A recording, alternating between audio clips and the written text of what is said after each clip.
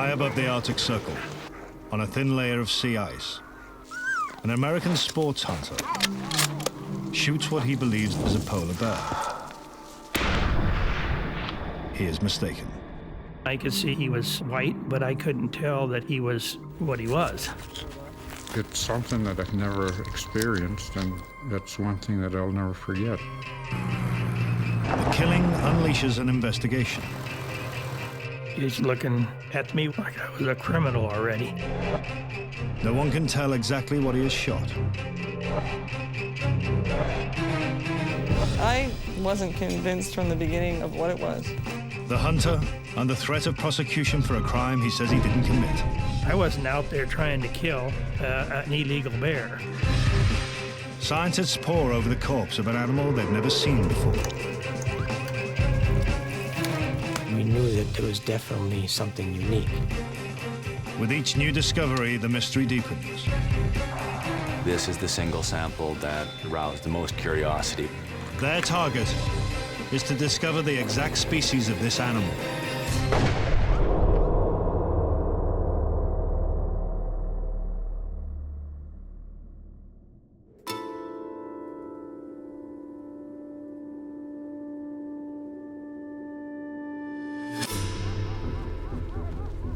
It begins as the adventure of a lifetime for Jim Martell, a businessman from Glens Ferry, Idaho. I've been hunting since I was about 8 years old. And first 20 years of my marriage, I couldn't do this kind of thing, which now I'm almost too old to do it. Hunting polar bears for sport is illegal in the United States. So 65-year-old Martell pays an Inuit guide, Roger Kuptana, $25,000 to go on a hunt in Canada. Both are unaware that they will end up hunting something else entirely. We thought we were going out just for a regular polar bear. The Inuit are allowed to sell 14 such hunts every 12 months. And during the last 45 years, Kuptana has hunted all over the 27,000 square mile Banks Island. Thousands and thousands of years ago, my ancestors, they learned how to hunt polar bear. It can be dangerous, but that's the type of thing we do here. That's our livelihood. Although Martell is an experienced hunter, this trip is different from anything he's taken on before.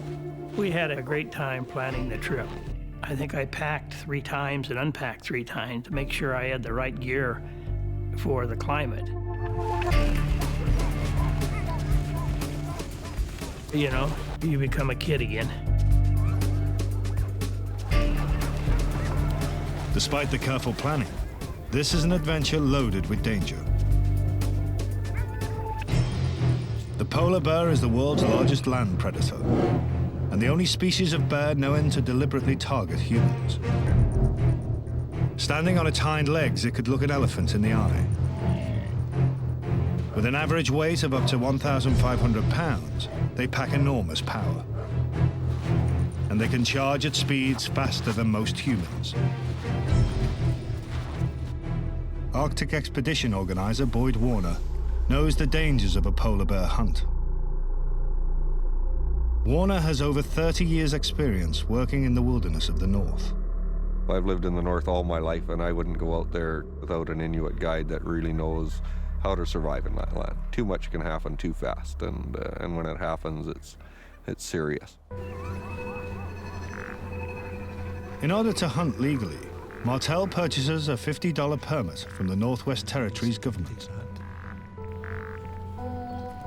Once he's got that license and he's got the metal tag and paid for it, yes, he's legal entitled to hunt in Northwest Territories.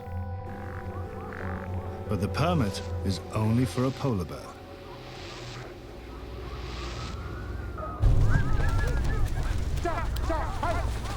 A polar bear hunt can take up to 2 weeks, requiring up to 12 hours travel a day in the back of a bone-shaking sled, facing life-threatening conditions. You have to be alert at all times. I've seen it get maybe minus 80 degrees Celsius, with the wind chill.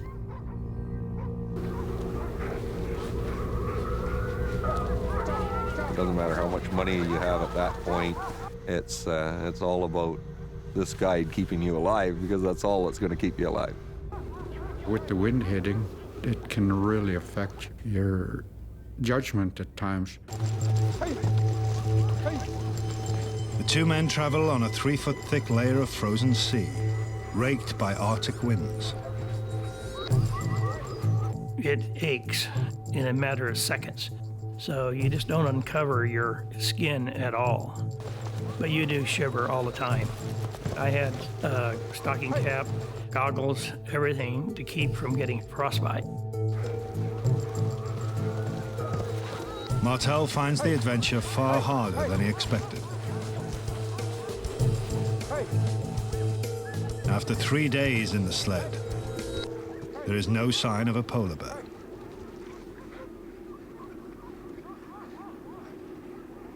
"75 miles away from the sanctuary of Sachs Harbor, out on the frozen sea off Nelson Head, he takes refuge. While Martell rests, Kaptana keeps watch for any sign of a polar bear.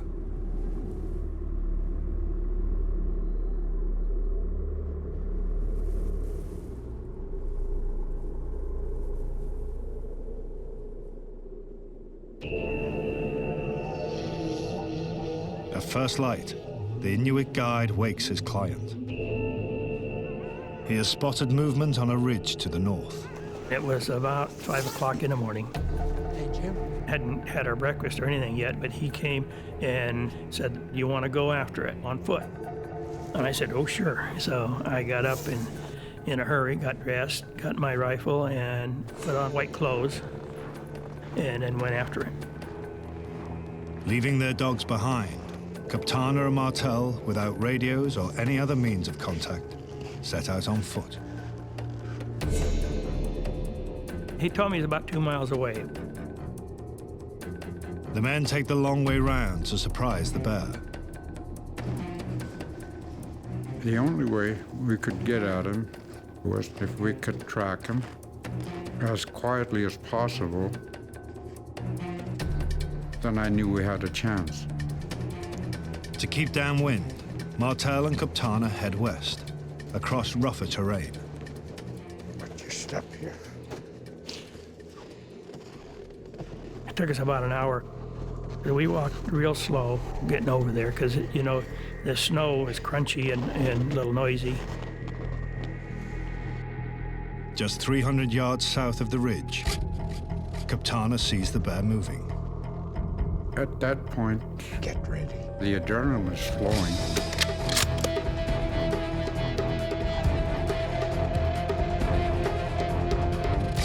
I could see he was getting ready to make a run for it. That's when Roger said, "Shoot." Shoot. He didn't hesitate, so I didn't either.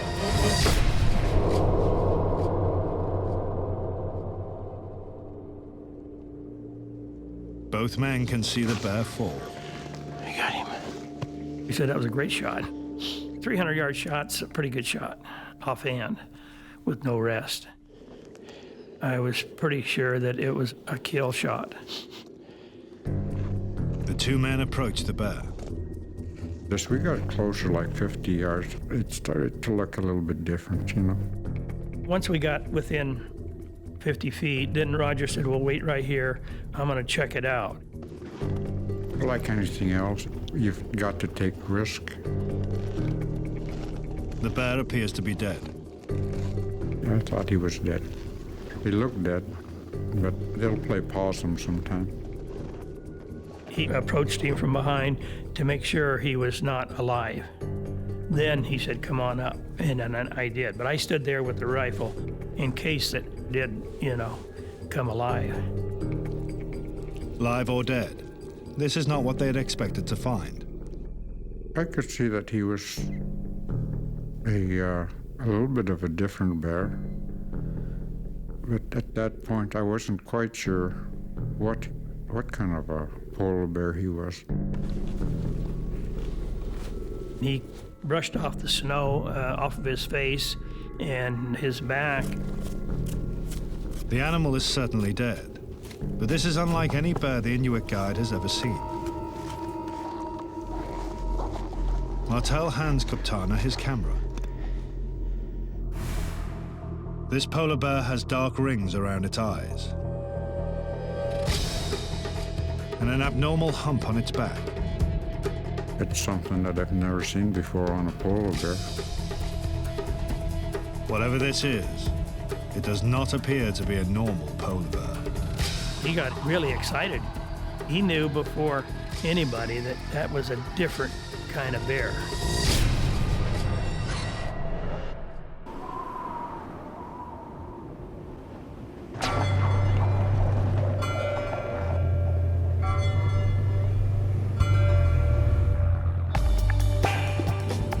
Miles south of Banks Island, an agent travels to pick up American sports hunter Jim Martell. On a remote airstrip, Martell is returning with the bloody remains of the strange polar bear he shot near Sachs Harbor.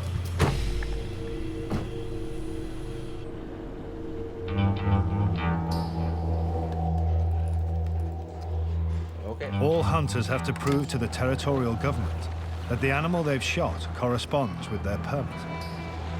We're here basically to enforce, make sure everybody's within terms of the conditions of their license. If Martell has anything in the crate other than a polar bear, he will be cited for breaking the law. Our job is to basically make sure everything's legal.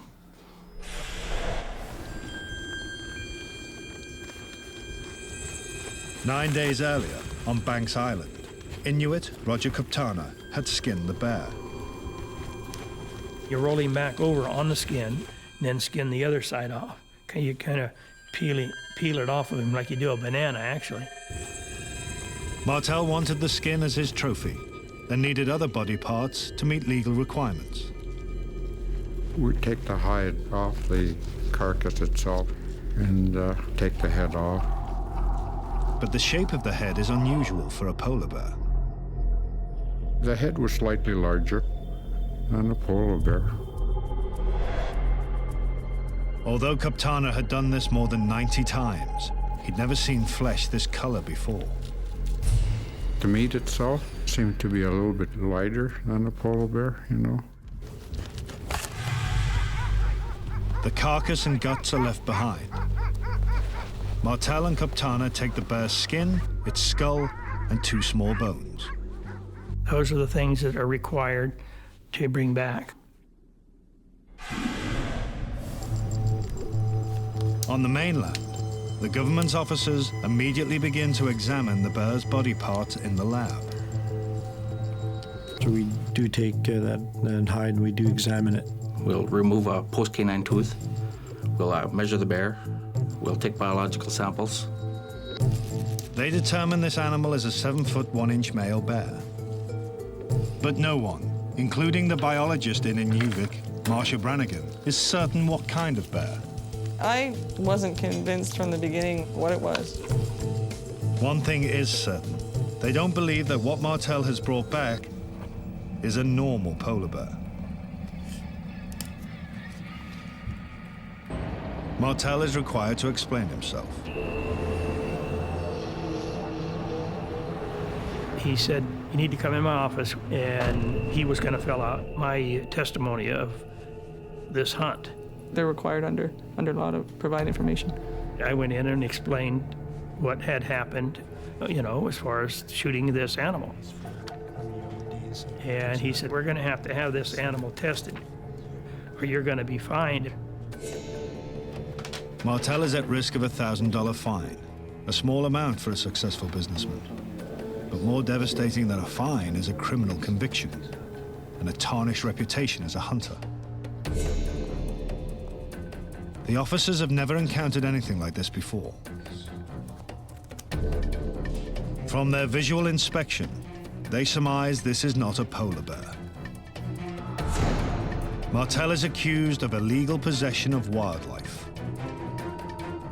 I got mad when I was in the office, and I finally had to kind of barked back at him, and then he calmed down a little bit. Feels comfortable to which way he knows. The officers are unyielding. They've never seen a polar bear with brown rings around its eyes. Hunting. It wasn't looking like a polar bear. I've never seen a polar bear with any kind of brown markings on it, period.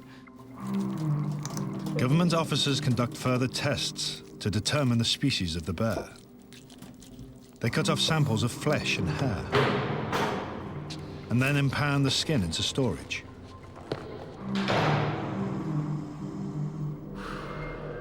They had rolled it up, and they confiscated it and kept it. And so I was kind of angry.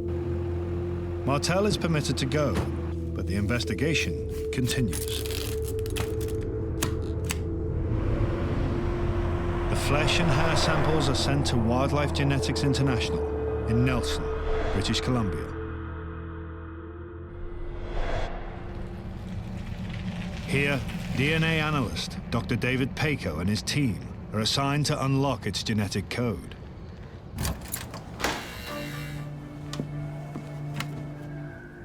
It was really pretty simple instructions, just document the species status of the sample.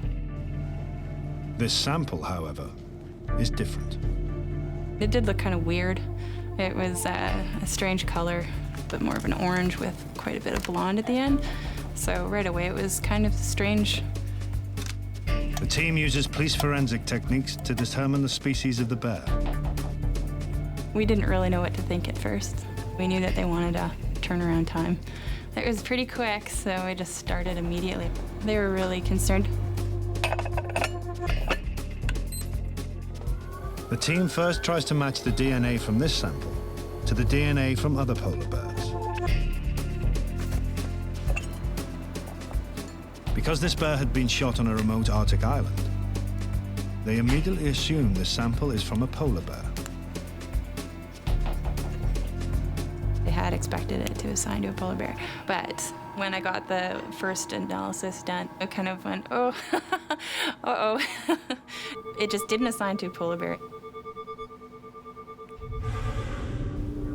Meanwhile, rumors that the animal found on Banks Island is not a polar bear are traveling fast throughout the isolated community of Sachs Harbor. A lot of people were surprised because no one's expected to see anything like this. It's abnormal.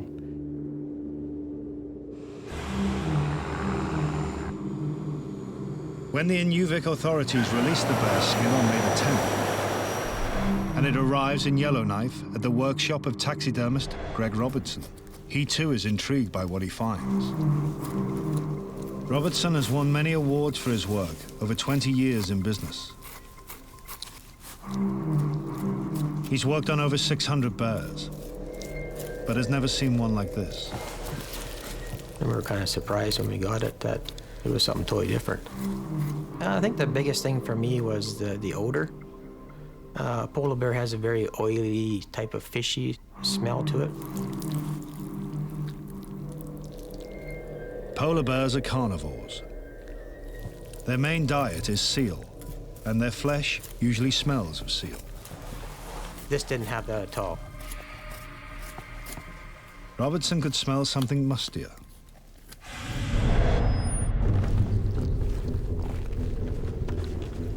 This observation matches Jim Martell and Roger Kaptana's when they'd skinned the bear on Banks Island.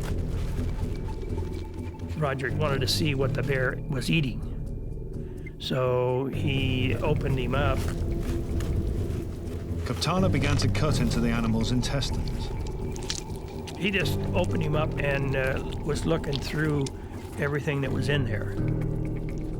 As I cut it open, I saw bits and pieces of seal and something I didn't really quite recognize. I didn't know whether it was rodent-like or what.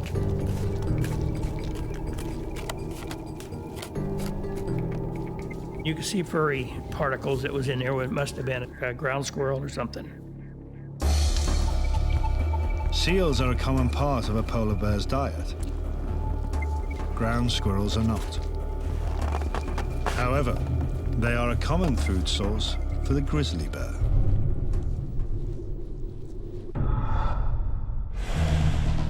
Could this bear, in fact, be a grizzly? When Martell is interviewed at the government building in Inuvik, he declares he shot a polar bear, albeit an unusual one. But the officers believe he shot a grizzly. The officers like looking at me like I was a criminal. He said, "You got a grizzly?" I said, "No, I don't. I got a polar bear." He said, "You know, there is white grizzlies." I said, "No, I never seen a white grizzly in my life." Another name for the grizzly bear is brown bear. They are typically brown in color with silver tips on the ends of their hair, giving them a grizzled appearance. Though infrequently seen, blonde-colored grizzlies have been previously found and photographed in the wild. It seems likely to government biologist Marcia Brannigan that the bear shot by Martell was one of these. I've captured really blonde grizzlies. We just assumed it was a blonde grizzly.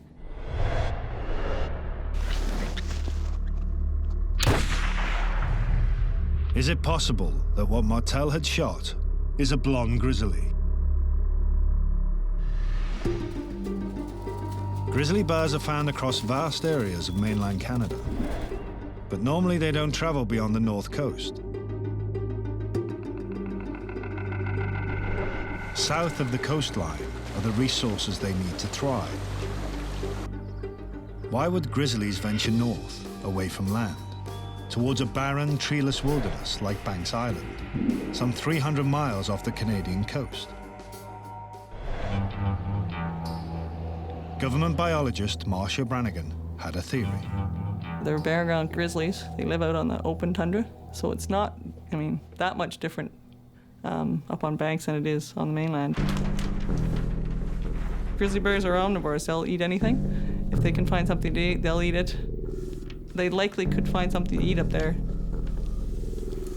The authorities believe a blonde grizzly could have made its way north, over the frozen sea onto Banks Island, in search of food. In 2003, a lone grizzly bear had been found on Melville Island, another 100 miles north of Banks Island. This is the furthest north a grizzly bear had ever been documented. It seems plausible to Brannigan that a grizzly could be found on Banks Island. It's not normal territory for them. It's rare, but it's not unheard of. Martell is adamant he had no intention of breaking the law. I wasn't out there trying to kill an illegal bear. Martell feels he's the victim of a miscarriage of justice and maintains he shot a polar bear. When you pay the kind of money you pay to go polar bear hunting, you don't shoot something else.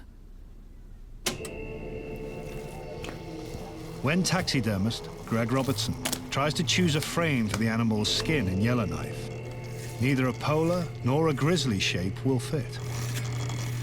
The shape was similar to a grizzly. Had a skull, looked like a grizzly, but the fur shape of a polar bear, basically. Never seen that before. Robertson doesn't alter the shape or size of the skin. Yet as he tries to fit it to the frame, the differences mount up. The length of the neck, the size of the neck had to be altered, and the head had a lot of alterations to it.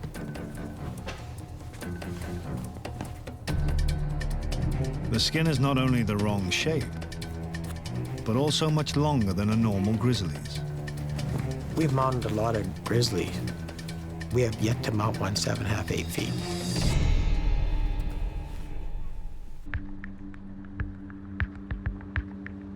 In British Columbia, geneticist David Peku and his team worked to make sense of the sample of hair and flesh taken from the bear. This is the single sample that has aroused the most curiosity with everyone standing around the computer monitor. The lab is under great pressure to deliver the DNA results. Unable to find a perfect match for a pure polar bear, they begin to look at other possibilities. There are 8 species of bear, but only 3 that are native to North America: the polar, the grizzly, and the black bear. We had reference data from polar bears, grizzly bears, black bears. It was definitely far different from a black bear. Black bears have a markedly different DNA profile. Any proportion of black bear would stand out like a sore thumb, whereas polar bears and brown bears are much more closely related. If it isn't a black bear, and pure polar has already been ruled out, there is only one possibility left. But it seems doubtful to the scientists. Their analysis would prove this bear is a grizzly. They've assured me that indeed that would have been weird to have a grizzly bear up there.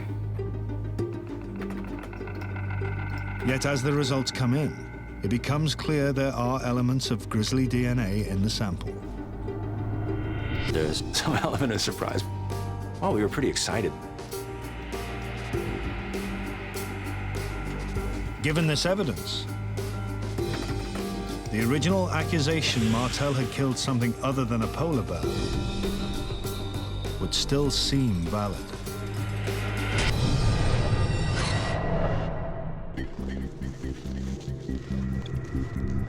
American hunter Jim Martell stands accused of shooting an illegal bear.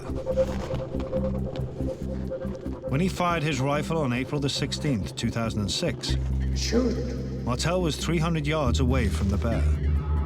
I knew where I was aiming. I aimed right for the lung cavity, right behind the front shoulder. With the benefit of his rifle sight, Martell had a clear view of the bear. I could see he was white and everything.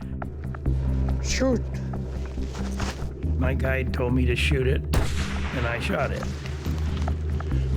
Martell's Inuit guide, Roger Kuptana, had also had a clear sight of the bear. When I originally saw it from 300 yards, I was sure it was a pure polar bear. Martell is not the only one potentially in trouble.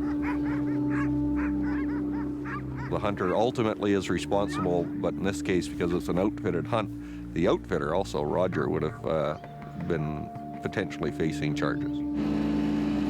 Warner has studied grizzlies' behavior on the Canadian mainland for over 30 years, and it seems unlikely to him this bear would ever prove to be a grizzly. The bears don't come out of hibernation on the mainland until often about May 10th.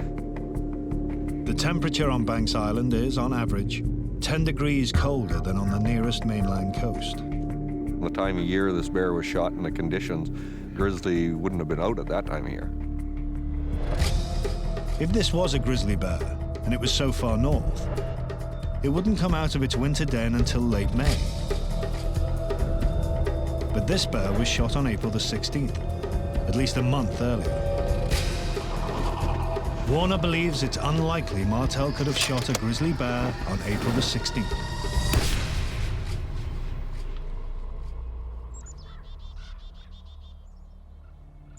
At the Wildlife Genetics Lab in Nelson, the DNA team need to be 100% certain about their results. We knew we had to do as many tests as we could so that people didn't have those kinds of questions. The government's case against Martell rests on their analysis.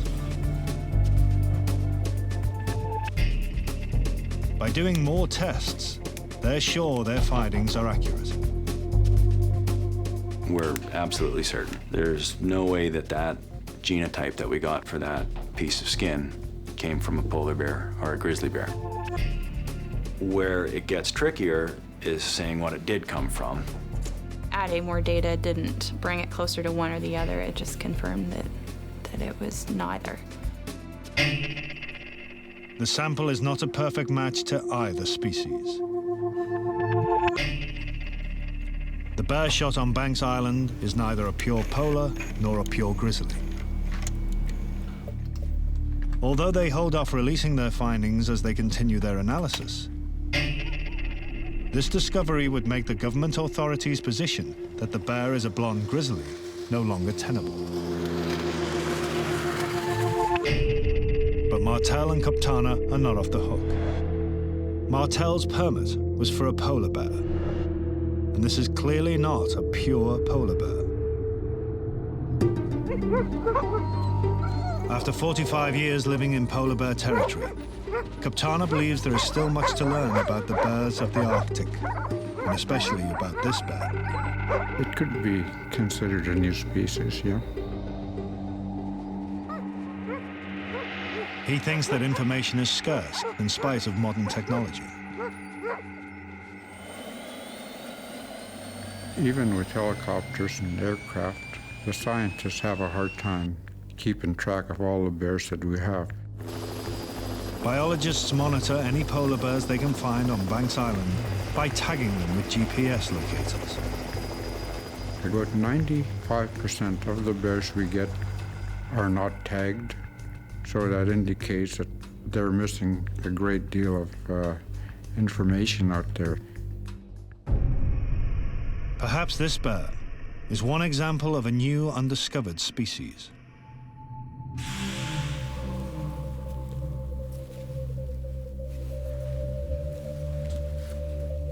We knew that there was definitely something unique. The back feet were odd. This had a large pad in the front and a large pad in the back with about an inch or an inch and a half band of fur separating the two right across, which is unusual in any species of bear. Neither grizzly nor polar bears have two large pads on their hind feet. If this bear is so unusual, could it be one example of a new species, combining both polar and grizzly bear?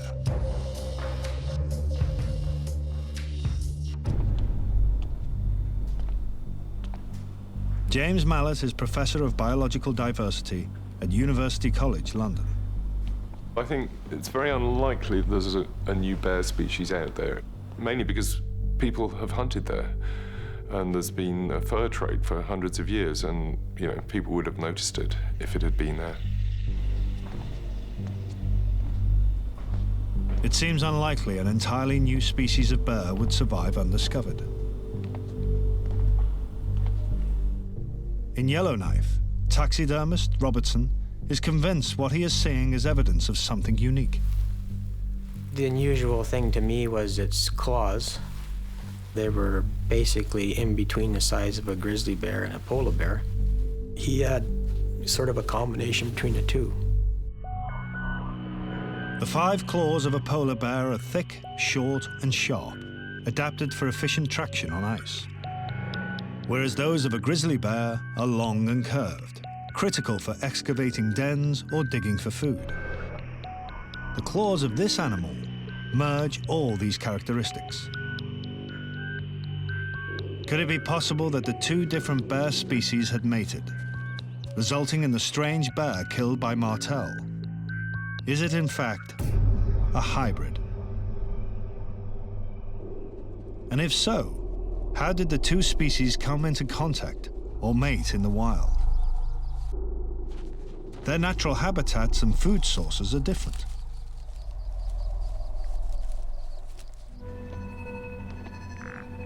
Historically, there is a precedent for a hybrid polar grizzly.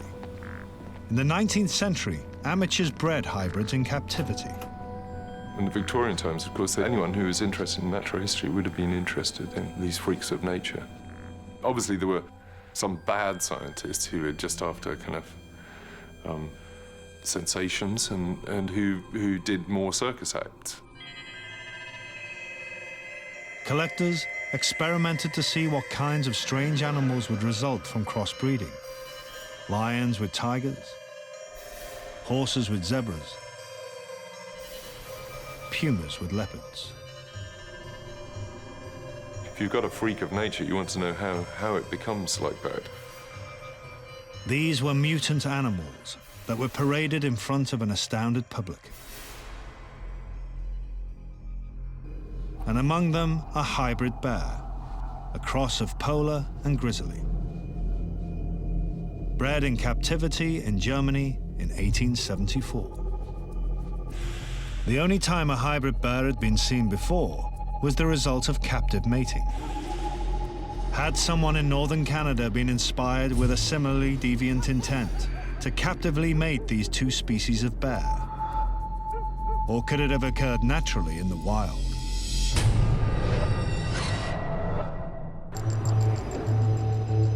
In the remote Canadian town of Inuvik, government officers try to determine if the bear shot by American hunter Jim Martell is what he says it is, just an unusual polar bear. There is no evidence to support the possibility this is a hybrid bear bred in captivity. With regards to if it was bred in captivity and released, I don't believe so. The nearest zoo that has both captive grizzlies and polar bears is over 2,500 miles away from Banks Island. There are no reports of any animals having escaped. But if the bear is a hybrid and hadn't been bred in captivity, then it must have occurred naturally, in the wild. I think what happened is a female polar bear and a grizzly male got together and they just decided to go nature's way. Except for the fact that the two species do not normally cross paths in the wild. Polar bear females do not normally travel south from the islands onto the Canadian mainland. We put out 20 collars on female polar bears in 2000 and monitored them for 3 or 4 years. And none of them really seemed to come on the land. So there was no movements onto the mainland. So, had a male grizzly traveled to a remote Arctic island to mate with a female polar bear?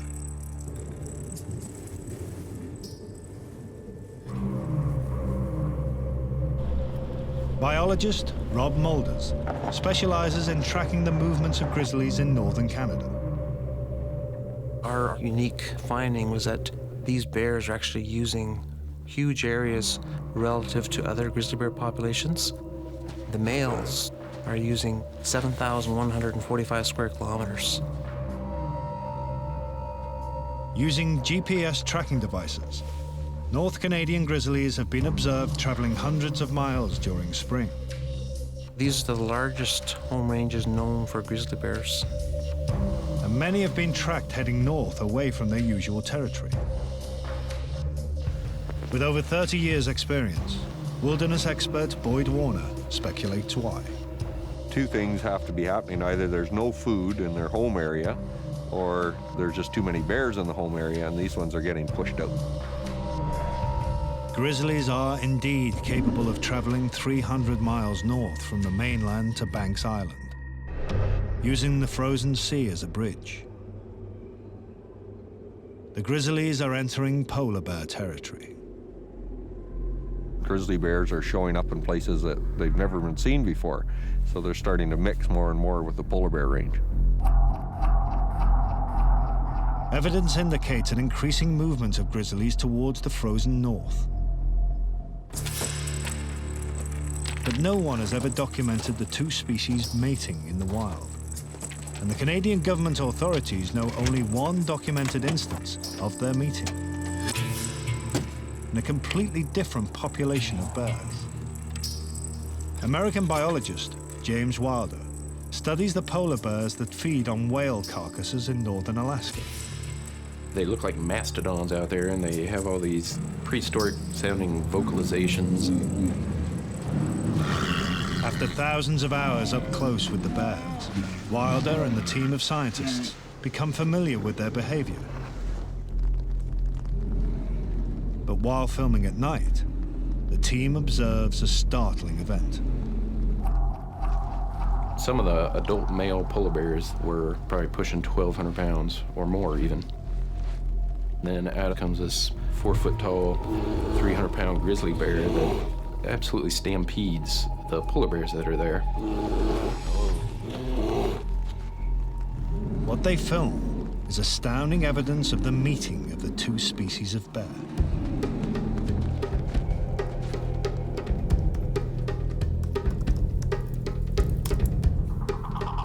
But there is no evidence in the footage of any inclination to mate.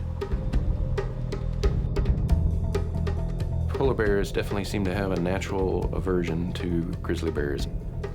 The grizzly bear scent blowing to the polar bears, that was enough to trigger them to run off.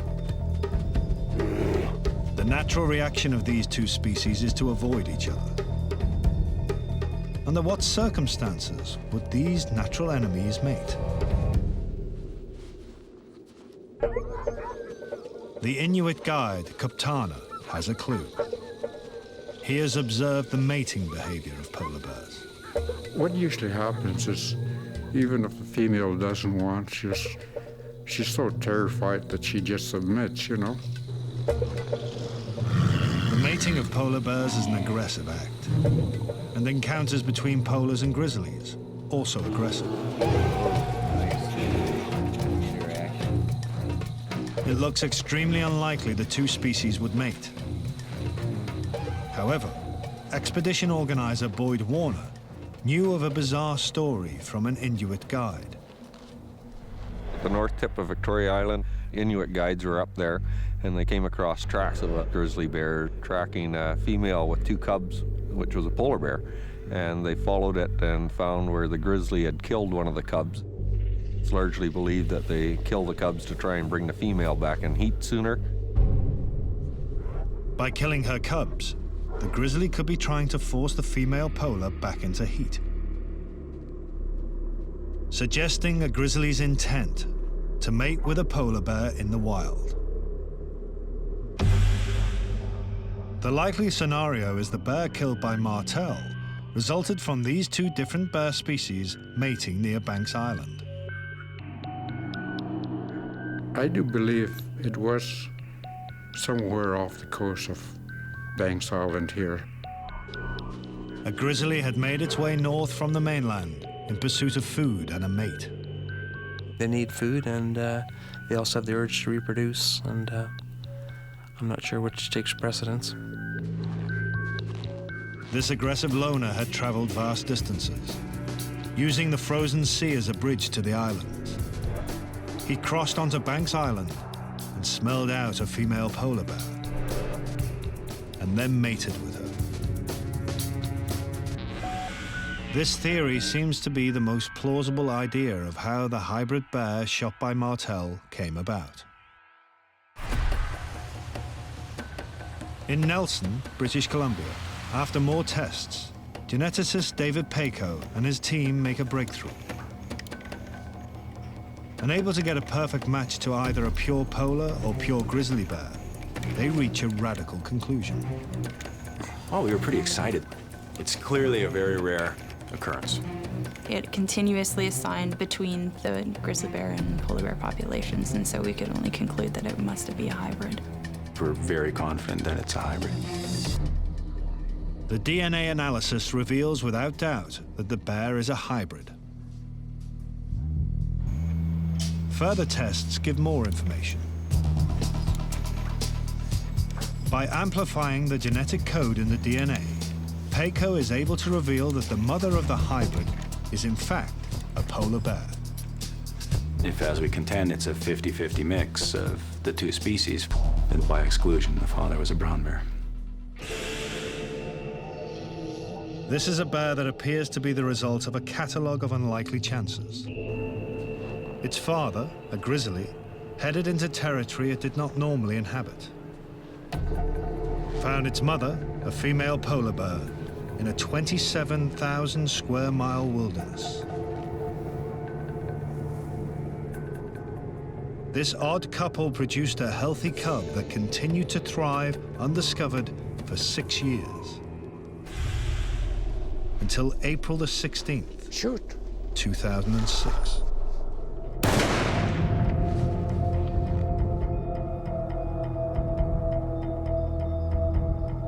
Martell had shot an extremely rare hybrid bear,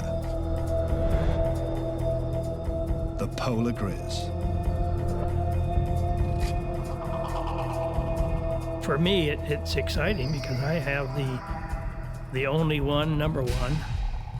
Oh, I feel great about it, yeah.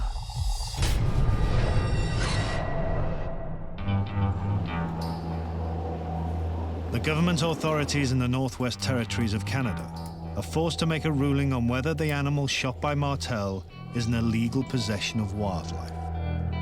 It's the first time it's ever been documented. It definitely was an interesting result. The bear is technically half polar, and the officers decide that Martell is innocent. The accusation is revoked. When the analysis was done and it came back as half polar bear, you can't say that that's an illegal take. I mean, it's a polar bear. Although the US government has since banned the importation of trophy polar bears, in 2006, Martell is free to take the bear home. It's a beautiful animal, and I'm proud to have it at my home. News that this animal is a wild hybrid starts to reverberate worldwide. My wife said, "Oh, how is my famous husband?" And I said, "What do you mean?" "Well, haven't you heard?" I said, "Heard what?" And she told me the story about, well, you're all over the world in the newspapers. All the articles report Martell shot the rarest bear on Earth. I got a lot of emails, a lot of calls. I mean, I had some calls that they wanted to shoot me from the States. Yet this was a fluke incident, a legal hunt in the vast wilderness. If the bear hadn't been found and shot by Martell, it would never have been documented as the first instance of a wild hybrid Polar-Grizz. Although the hybrid bear is a unique discovery, this bear cannot be regarded as a new species. It can only be classified as a new species if there is more than one animal and they can reproduce among themselves. But Martell believes his bear may not be the only one. I think if there's one, there's more. It happened once, it'll happen again. That's the way I feel. Martell's Inuit guide, Roger Kaptana, believes there are more hybrid bears out there. Polar bear will have 2 or 3 cubs. It's quite possible that it has brothers and sisters out there.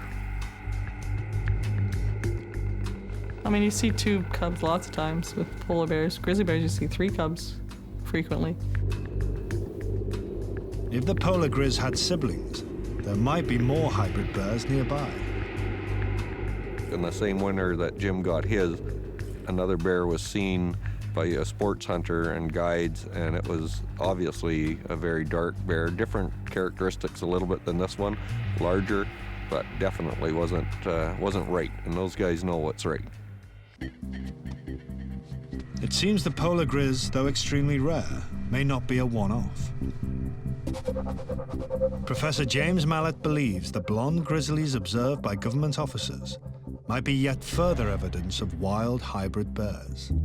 The pale grizzlies, I think, may indicate that some crossing has gone on in the past. It wouldn't be improbable, certainly not based on what we know about other species.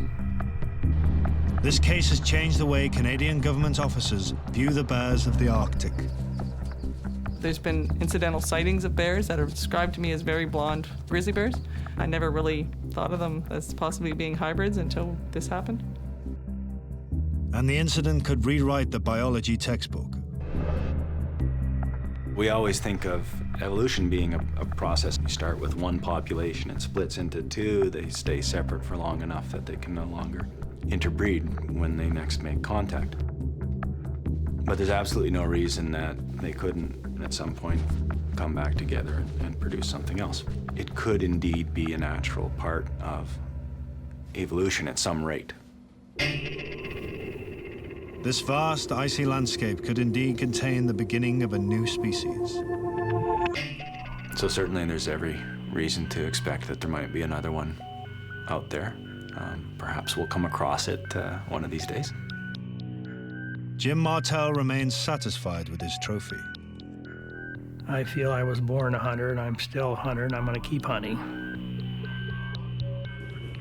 Yet it seems that Martell may indeed be the first, and also the last, American sports hunter to have a hybrid polar grizzly bear in his collection of hunting trophies.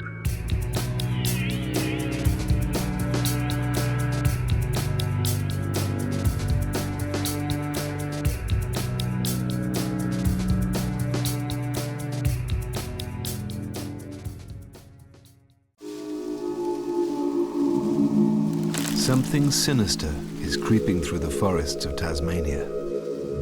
What we saw was both disgusting and spectacular. It is grotesque. Teeth falling out, jaws breaking off, tumours protruding into eye sockets. Lethal. There must have been tens of thousands of devils dying in absolute misery. And without precedent. That's unheard of. Just doesn't happen. It has sparked a major international investigation. We were stepping into the unknown, so we didn't know really what to expect.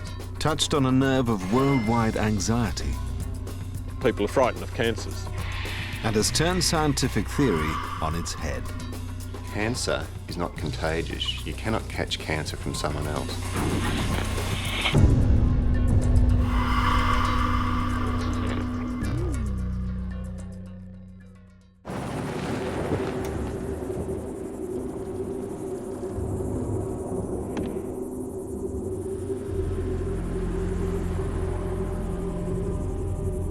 One evening in 1996,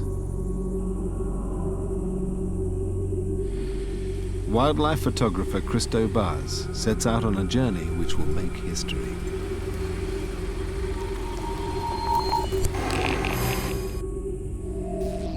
He travels across the Australian state of Tasmania, an island the size of West Virginia, heading for an isolated forest in Mount William National Park.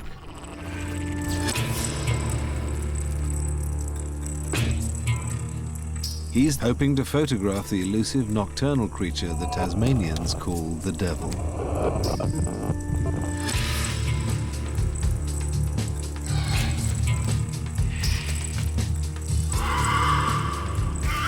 He lays his bait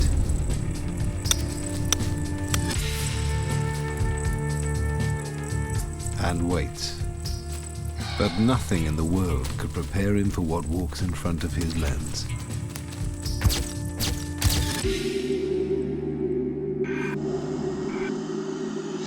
What he photographs looks like something out of a horror film. Suddenly, another grossly distorted Tasmanian devil emerges from the dark. And then another. What is happening in the forest of Tasmania? What is creating these disfigurements?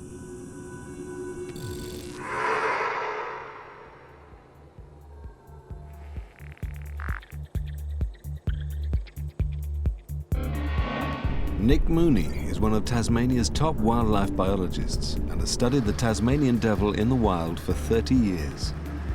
He's the first to see the photos taken by Christo Bars.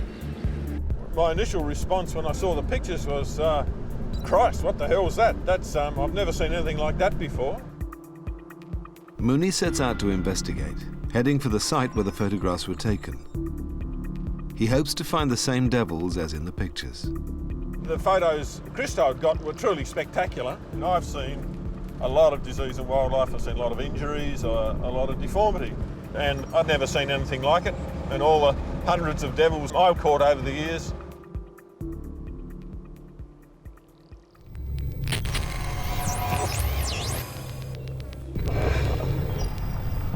Mooney needs to trap the same animals so he can try to assess their affliction. This is where the disfigured devils were last seen. Mooney's given himself 3 nights to find them.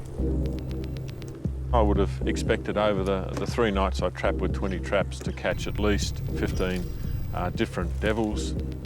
Tasmanian devils live within a fixed home range. They're carnivorous scavengers and have an acute sense of smell, detecting dead meat from over a mile away, so they're usually easily attracted to bait. But this trip is different. The days were very quiet compared to a normal trapping trip. In the end, I'd only caught 3 or 4 different individuals instead of the 14 or 15 I was expecting to catch. And none of the devils he does catch show any sign of abnormality. I came back several times over the next few months, but much the same happened, and it seemed obvious to me there were certainly a lot less devils there than had been in the past. Why are there so few devils? Where are all the disfigured devils? Mooney only has the photographs to help him try and work out what's going on. His first hunch is some kind of chemical poisoning. There's a couple of chemicals that are misused to kill devils.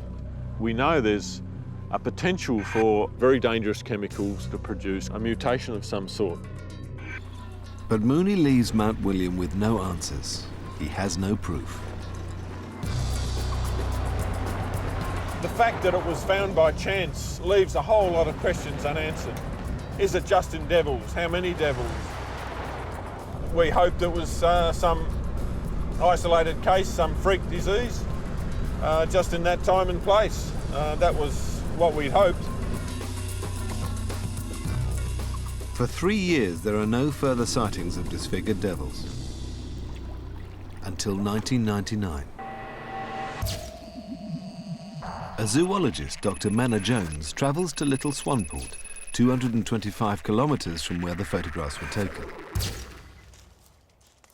Jones has made Tasmanian devils her life's work. I've been in love with the devil and wanted to be a zoologist ever since I could spell the word when I was 7 or 8 years old. The Tasmanian devil is unique to Tasmania and is the island's unofficial mascot. It is a rural cleaner, playing a vital role in the ecosystem by devouring carcasses that might otherwise lead to disease. But the devil has few friends. It steals livestock, has a spine-chilling screech, and is a legendary fighter. It's no surprise that early settlers on the island called this nocturnal beast the devil.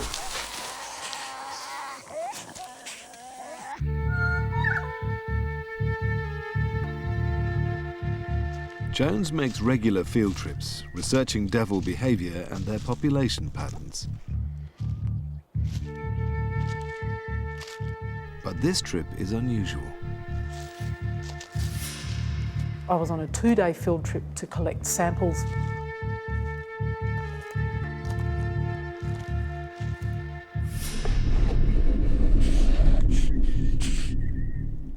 The first animal I got, I thought, oh, that's a strange looking lump. Never seen that before. They were bizarre. To me, they didn't look life-threatening. As Jones continues along her trap line, she finds more and more devils with these bizarre growths. By the end of that day, I caught 8 devils with these lumps. They were just a couple of centimetres to 8 centimetres across. They were big, some of them were just a bit ulcerated, but they weren't really horrible. It's not unusual for Tasmanian devils to be scarred and ulcerated. Their fierce fighting often results in lumps and infections. And it was just lodged in the back of my mind as an isolated incident that was weird. It's not until 2 years later, in a different location, that Jones realises there could be something more serious going on. 2001, Freycinet Peninsula, 80 kilometres from Little Swanport. Menna Jones is on another field trip, researching devil behaviour. I was out there by myself for 2 days, and it was a very long trap line going into quite a remote area. And I wanted to catch 40 devils in 2 or 3 days. I detected these 3 cases up the very northern end, and they were horrific. These devils are covered with devastating injuries. Teeth falling out, jaws breaking off, tumours protruding into eye sockets. One of them we euthanased on humanitarian grounds. He had a 12 to 14 centimetre diameter tumour that was completely open and raw flesh, and it was just horrific. What or who could have caused such injury? Jones sends the euthanized devil to the lab.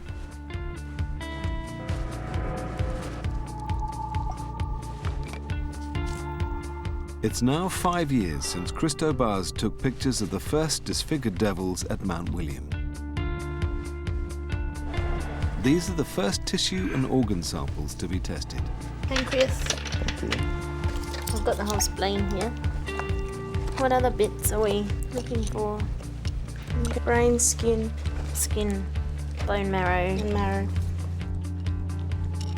The very first samples I sent up in 2001, they found round cells that were consistent with a soft tissue lymphoma.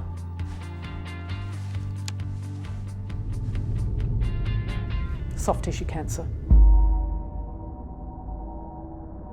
It's given the name Devil Facial Tumor Disease, or DFTD. It's a new strain of cancer. The fact that there was no record of this sort of disease showed us we had a new problem. Devils seem to have a new problem.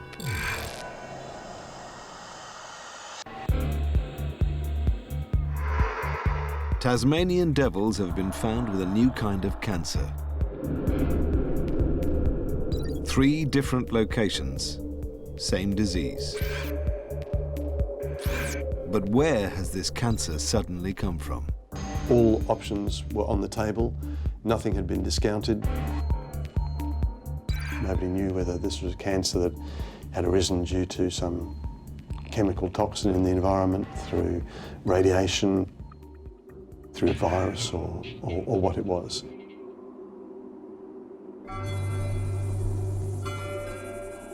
There's a wide range of possible suspects. The idea of radiation was soon discarded, as there are no nuclear plants on Tasmania and no reports of other animals being affected. Chemicals used in the environment are a prime suspect.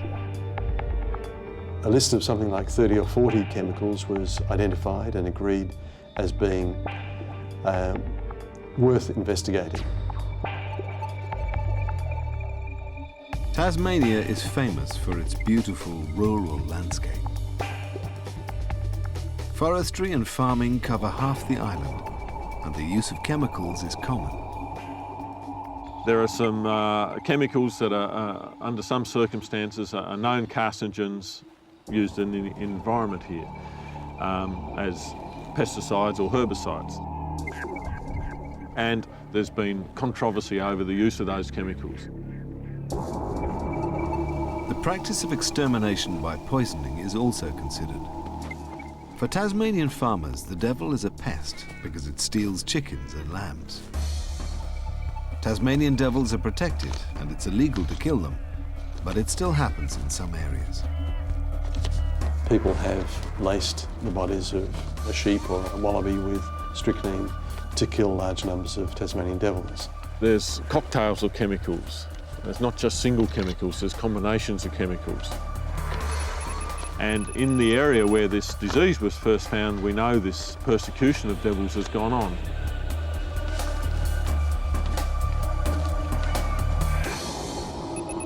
But the area where the disease was last found is a national park. The nearest farm is too far away for illegal devil poisoning to be the cause.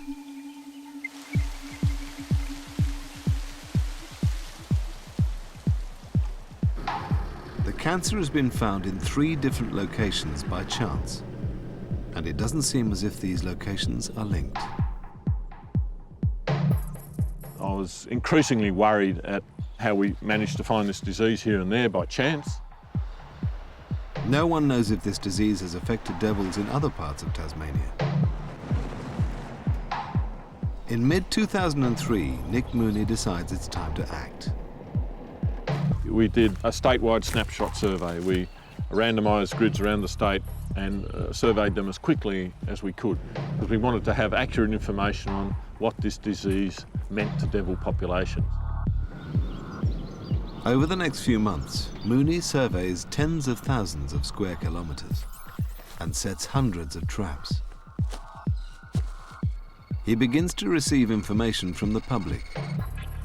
People were starting to phone in and say, oh, I saw a sick devil, or I saw a devil and it's dead on the side of the road at such and such a place.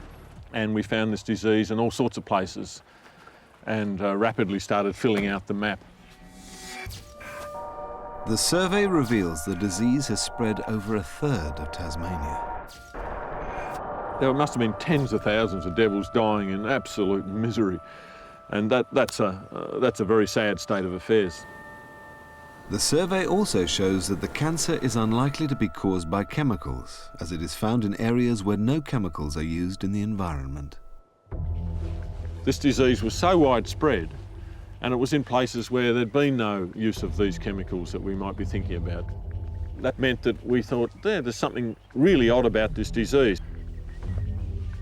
The only common factor in every situation was that there were Tasmanian devils there, and it seemed that the disease was just spreading inexorably where there were Tasmanian devils. This is serious. What is it? We've got to find out fast, and we've got to try and do something about it. Nick Mooney's survey alerts Tasmania to the serious danger faced by its most iconic species. Nick Mooney was, I believe, really heroic in the early stages of responding to the disease by making a case to the state government, to the Premier of Tasmania, that this was something that couldn't be ignored. It was something new, different, and spectacularly horrific. 7 years after the first photographs of mutant devils were taken, the Tasmanian devil hits the headlines. Interest can almost explode overnight, and that's really what happened. Suddenly there was more interest in devils, and that quite quickly moved into politicians making decisions, the government producing money, and there we have our project off and running. In 2003, the Tasmanian government launches an official investigation, and the Save the Devil project is born. By the stage we get funding is now more than 7 years after the first discovery. Immediately, a crack team is recruited to solve the mystery of the devil facial tumour disease. We started to choose monitoring sites, get staff on, start the diagnostic work in the animal health labs. It got ramped up rapidly. There's a sense of enormous urgency to all this. We can't get everything done fast enough, and we feel as though we're running out of time.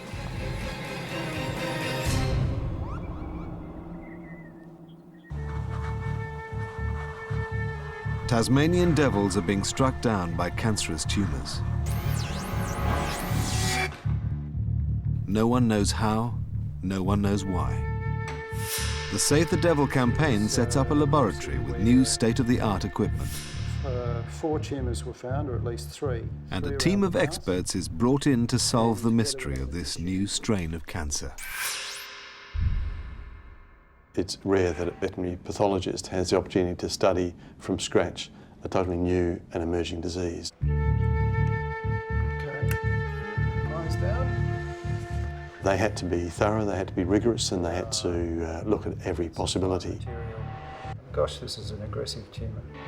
Radiation, pest control, and chemical pollutants have been discounted.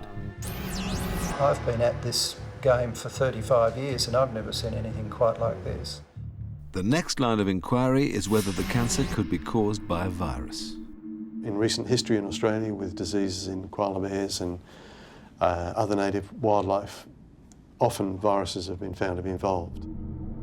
A virus is an infective agent whose genetic material invades cells, whereas cancer begins with a mutation of a cell's own genetic material. There is no such thing as a cancer virus, but viruses have been known to cause mutations in cells to make them more likely to become cancerous. Immunologist Dr. Greg Woods decides to test the devil's immune system, the body's first line of defense against something like a virus. For these tumours to grow, you suspect that there must be something wrong with their immune system. Often when cancer develops, it's escaped our immune response. The Tasmanian devil, we don't understand much about their immune response. So we were stepping into the unknown, so we didn't know really what to expect. So everything was new. Did an autopsy to make sure they had all the immune organs. And the shoulder blades. Lymph nodes, spleen, and they had these organs in normal numbers. So they had the apparatus to induce an immune response. Take a bit of kidney, going in the big pot. The other important thing that we did was to do blood smears, just to make sure the devil has got all the normal immune cells present in his blood. That's good colour. And they did. They had all the normal white cells in normal numbers. The devil's immune system looks in good shape. Now they need to see if it works. Woods injects the devil with alien blood cells to see if its immune system attacks them. So we immunised 4 devils with red blood cells. We actually chose horse red blood cells. Injected them under the skin and looked for the antibody response. And to our surprise, not only did they produce a good immune response, they produced a fantastically high immune response. The antibodies they produced were extremely high, much higher than we expected. Tasmanian devils need a strong immune response to survive in the wild. They are the forest cleaners, devouring carcasses littering the landscape. When you think about it, the Tasmanian devil is going to expose a lot of bacteria, particularly as they're devouring carcasses. Also, the devils do fight quite a bit and they do cause massive wounds. If you're diving into a carcass with massive wounds, the chance of infections are very high. So you need to be able to protect yourself against these infections. A strong immune system indicates the disease is unlikely to be a virus. But if their immune system is so strong, how are all the devils getting this cancer at the same time? We then had to sort of explain, why does this tumour get transplanted from animal to animal? This shouldn't happen. Cancer is not contagious. You cannot catch cancer from someone else. So something unusual was happening within these Tasmanian devils.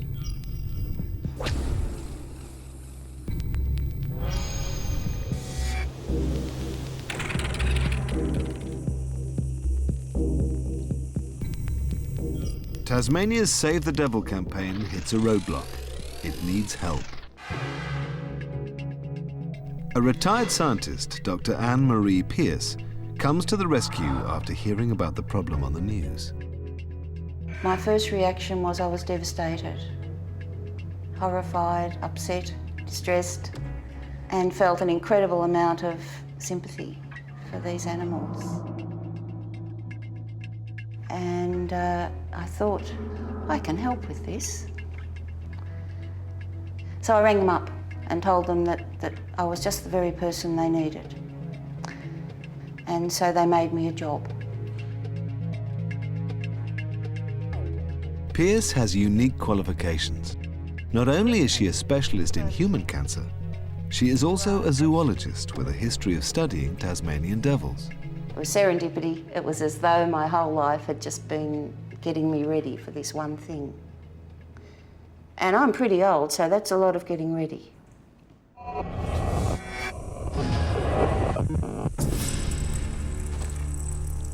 January 2004.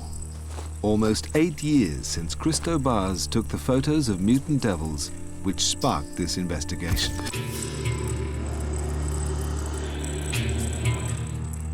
Three years since the discovery of a new kind of cancer.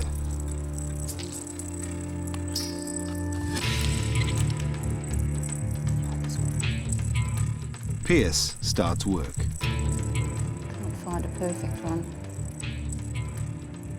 2 things emerged right away, straight away when I started here. The first one was seeing the distribution of the disease around the devil's face. It was on the mouth, in the mouth, around the face. The second point was I happened to be looking at some slides of an animal who had a tumour on the lip here and another little tumour just opposite on the lower lip. It looked very much like this tumour had caused that tumour, if you like. Then one day I was taking my dog for a walk and she had an argument with another dog and they locked jaws like that. So my dog was bitten on the soft palate and I thought that could just be what happens with the devils. I said it could be transmitted just by cell implantation from devil to devil. That's unheard of. Just doesn't happen. But I didn't have any proof at that stage. Pearce is suggesting this cancer might be contagious. I think when Anne-Marie first talked about that possibility, for many people it was a ludicrous idea. Cancers just aren't infectious. Next, Pearce looks for clues in the chromosomes, the body's blueprint found within each cell. Cancer is a mutation of a body's own cells, which multiply unchecked. So cancer chromosomes should be identical to its host's chromosomes. Here we go, that's not too bad. When I finally got to look at the chromosomes in the cancer, I found that they were the same in every animal I looked at. Come on. It was almost as if these tumour cells were clones of the same cell. Pearce's theory has no scientific precedent. Other people were sceptical. There were people who didn't quite understand what I was saying. Some sort of blob there that's sort of, Pearce had to be 100% certain. Oh, look, I spent days. In the original case, I had to look at so many to convince myself that it was right. The proof comes when she examines the chromosomes of a devil named after the famous Tasmanian Errol Flynn. We called him Errol. We like famous Tasmanians to be the namesakes for our devils. Errol is an unusual devil. Let's have a look at that under high power. Chromosomes usually come in matching pairs, but one of Errol's chromosomes is abnormal. In other words, Errol had been born with one chromosome that wasn't right. That's a good one. So this is Errol's chromosomes. His 2 chromosomes 5 didn't match. One of them looked normal, the other one looked abnormal. So when you put them together, they didn't match up. They should always match up. According to known scientific theory, Errol's damaged chromosome should be present in his cancer. But when we looked at his cancer, this is what his cancer chromosomes look like. Very nasty. Lo and behold, it was exactly the same as everyone else's cancer. So that damaged or unusual chromosome wasn't in the cancer. If Errol's damaged chromosome is not in his cancer, then his cancer could not be a mutation of his own cells. Now that meant that there is no way his tissues could have produced that cancer. So therefore, he had caught the cancer from somebody else. That was the proof, the final proof, that it was a contagious cancer. It was the only explanation for what we were finding in the chromosomes. There was nothing else that could have caused what we were seeing. Pearce makes history. This discovery by Anne-Marie Pearce was quite astounding, that she was prepared to think that something that was previously almost unheard of was possible in this case. Well, I was a little bit excited. In fact, I have been described as having been a little bit overexcited. This is really the very first occasion where there is a very malignant cancer transmitted between animals that is life-threatening, and it does kill the devils.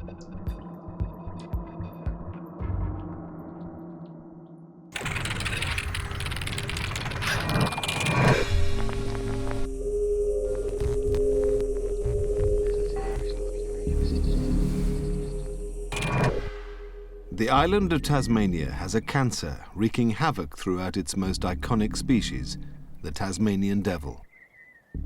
It's the first fatal contagious cancer ever recorded in man or beast. But where did this cancer come from? So these were just cells of a cancer that had grown in one devil and become transmissible. So even though the devil probably died many, many years ago, its cancer was still going in other devils. The devil which originally had this cancer is now dead and has probably taken the secret of how it got it to its grave. Perhaps there's a chemical that's causing this, but it's also likely that we'll never know. We don't know the reasons for most human cancers. We know how the cancer operates, but we don't actually know what caused it. Whenever it was, and whichever it was, this devil has left a terrible legacy. And the implications of its cancer are extremely disturbing. There are three possible outcomes from these transformations that are happening to it. The first one is that it could become less lethal. The second outcome is nasty. It could transform into a disease that is even worse. The third possible outcome is even worse. It could transform into something which would be capable of jumping from the devil into other species. Now that would be a very bad outcome indeed. The first task is to work out how the cancer is transmitted from devil to devil. We knew viruses weren't involved and chemicals weren't involved. It was a transmissible cancer. So then we had to start to explain why this cancer can be transmitted from devil to devil. It shouldn't happen, but it was. Beautiful little animal. Is it something to do with their behavior, or could it be hereditary? Is this disease handed on from mother to young? The obvious thing to a few of us was, well, let's get some diseased mothers with young, and we'll keep them and see what happens to the young over the next few years. A bruise on the nose, but looks perfect. She can go. Now those young are over 3 years old, and they still haven't developed a disease. Not only is it not hereditary, young devils aren't getting the cancer at all. You expect mortality to be much higher in juveniles than it is in adults, but this disease was going through the adult population. In the early days we didn't see any juveniles at all with the disease, and that was strange. That was really strange. 19.4. The investigators turn their attention to adult devils. Now we've got all threes for more eruption. Almost certainly there had to be contact between devils or fresh devil material.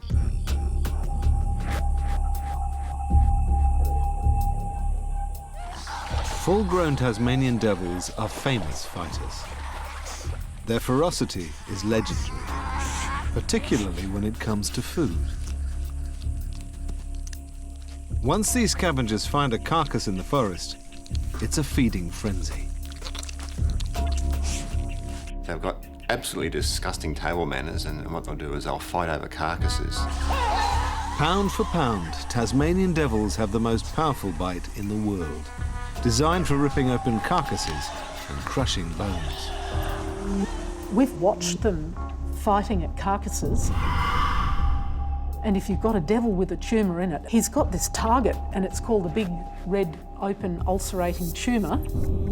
So if you're going to bite the other devil, you bite that fascinating lump of raw flesh that's sticking out. We know this cancer is very fragile, friable, bits can fall off it. So there's lots of opportunities for a devil with a big tumour to be eating. Tumour cells fall on the carcass, another devil contacts those cells, perhaps gets a cell into a cut in its mouth, and away you go. The devils could be infecting each other at mealtimes, but this is not the full story. The cancer is spreading just as easily in areas with very few devils. So few, they're unlikely to have to fight over carcasses. This finding shifted the inquiry from feeding to breeding.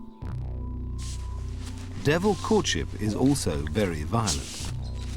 During the mating season, males will rip whole chunks of flesh off each other's cheeks. You can get areas 2-3 centimetres in diameter. So you can imagine a devil with tumour cells on its teeth. Penetrating bite inoculates tumour cells right inside the skin.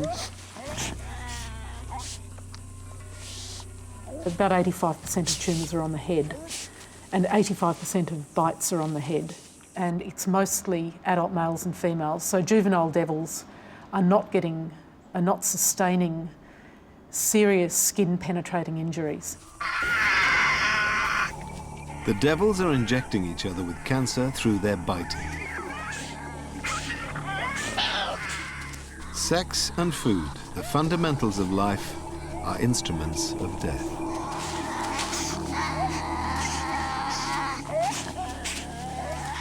Once the devil is infected, it's got the disease and it can't get rid of it, and it will die from the disease within 12 months, usually within 3 months. But if this cancer is so contagious, why is it caught only by devils? No other species has been found with the disease. There must be a missing link.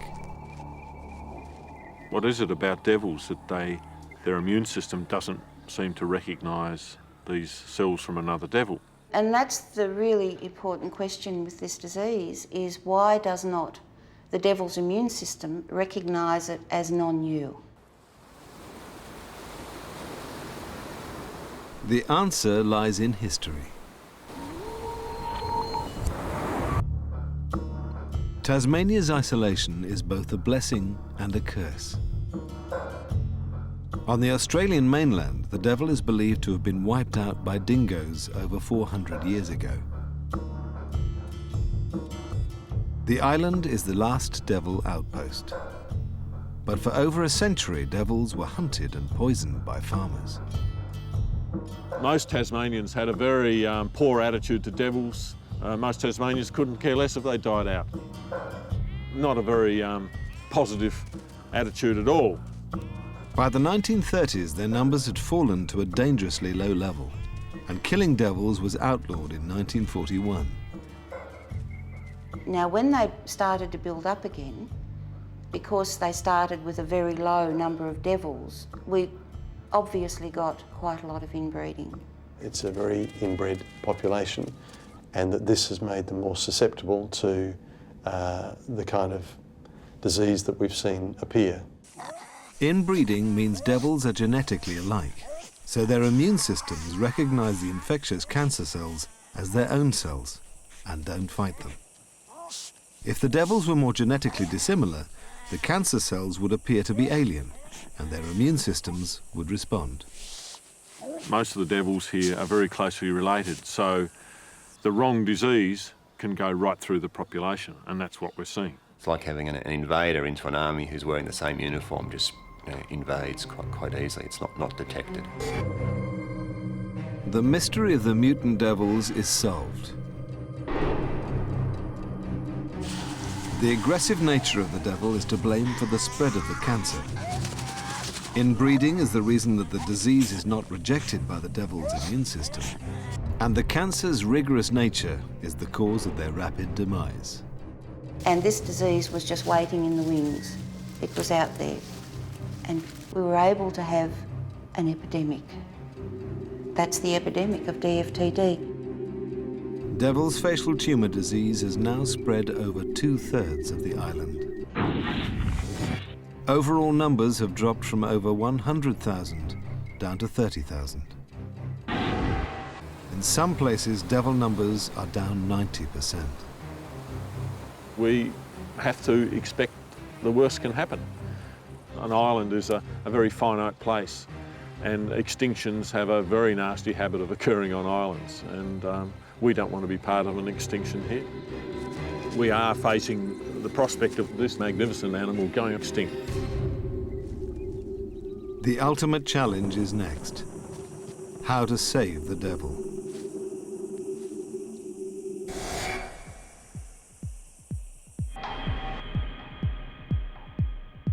The investigators have solved the mystery of devil's facial tumour disease.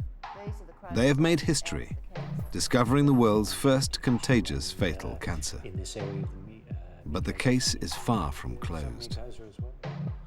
There's a great public expectation that given all the interest, we'll find a cure for this or something. But we always remind people of how many cures do we know for human cancers. The devil's future is in the balance. How long has the devil got until it becomes extinct in the wild in Tasmania? The best estimates at the moment are something between 15 and 25 years if current trends continue. Thinking we'll find a cure to this within the time frame we need to is highly unlikely. With no cure in sight, the focus turns to saving the Tasmanian devil before cancer wipes out the species. Scientific officer Billy Lazenby works in the field, monitoring the steady march of the disease across the island. She is a first-hand witness to the horror. There's nothing there to stop it wiping out the entire population. Oh wow, this guy's massive. So we'll have a look at his face now.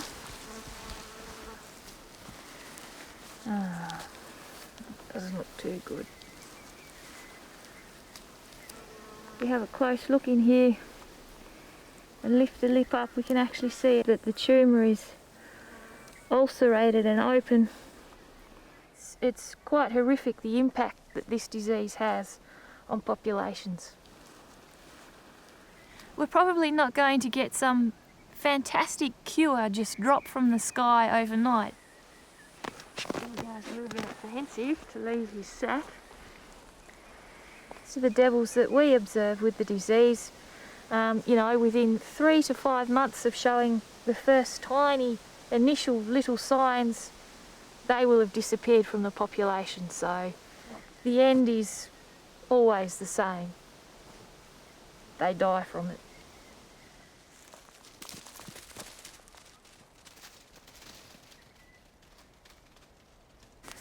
I'd like to say it's good to release a devil, but unfortunately I don't think his prospects are that good, so we'll see how he goes.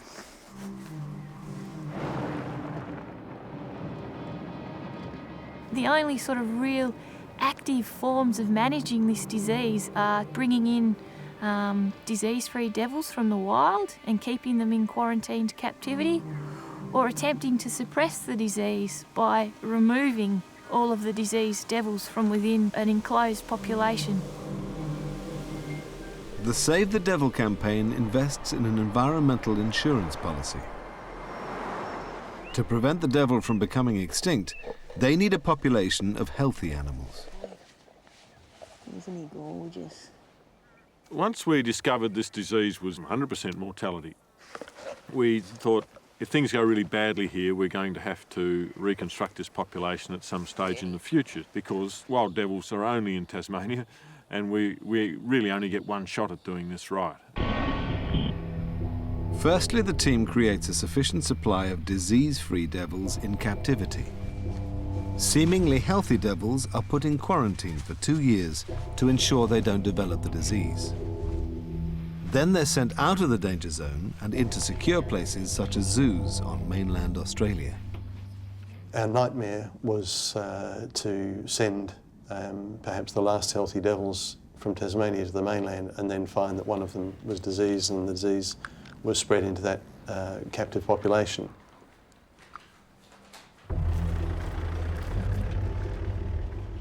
But no one wants to see the last Tasmanian devils behind bars in a zoo. Captive animals are only half the answer. Our next phase was to see if we could do anything about the disease in wild populations. Menna Jones has an ambitious plan: to establish a population of healthy devils and keep them quarantined in the wild. Disease management is all about breaking the transmission cycle. We've got to break transmission from devil to devil. She chooses an isolated peninsula in the southeast, linked to the mainland only by a bridge. This is the best chance of keeping the healthy devils in and the diseased devils out. Look, at the moment, I just desperately hope we can make it work. At the moment, it's our only tool for managing the disease in wild populations. Here's 10.2. Ecologist Christine Puck has the task of weeding out the diseased devils on the peninsula. Okay, let's have a look at your sexy end, eh? She's trying to artificially engineer a survival of the fittest. Sometimes you find tumours around the lips here, up under the gums. You get the gingival tumours, which are quite red, look like one of those raspberry lollies. But sometimes it feels she's fighting a losing battle. The number of diseased devils she finds is increasing. First day trapping back here, there was 13 animals sitting there waiting for the vet to turn up. And that was more than I'd pulled out in the whole year prior to that. It's also her job to take the diseased devils to be euthanized. That long, slow journey in the back of the car to meet the vet, it's horrible. It's tough because you feel like you're breaking their trust. You know, they're such gentle creatures to work with. I'll die anyway, you know, it's a mercy killing, I suppose. The quarantine programs are desperate last measures, and there are no guarantees. This disease, I believe, could cause extinction of the species because there is a certain point in a population of any animals where if it gets below that, it can't recover. By 2007, the cancer has crept over most of the island except the west coast. It may only be a matter of time before the devils in the west succumb to the fatal disease. Can we halt the spread of the disease across the landscape? And I think the answer is realistically no, not even if we had $1 million. Not even if we had $20 million, we probably couldn't do it. It is a new disease. The investigators need new solutions.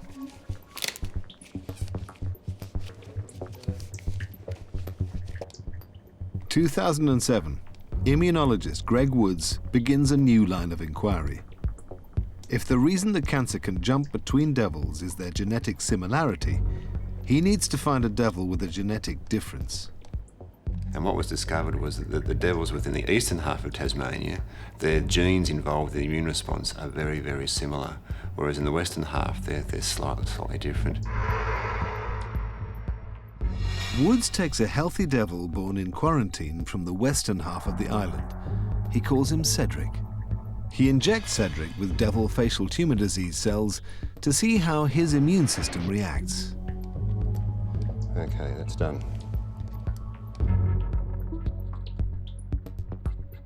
And what we found was that Cedric produced an antibody response to the tumour.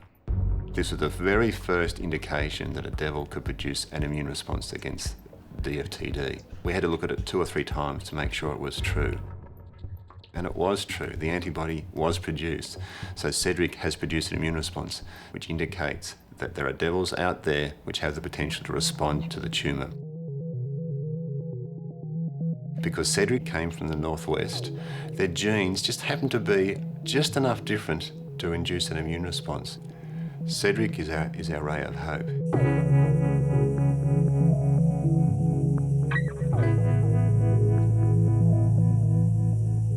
In 1996, a photograph changes the course of history. 10 years later, a scientist reveals that the Tasmanian devils have the world's first fatal transmissible cancer. Over that decade, the Tasmanian devil population has been decimated. The future of the species is in the balance.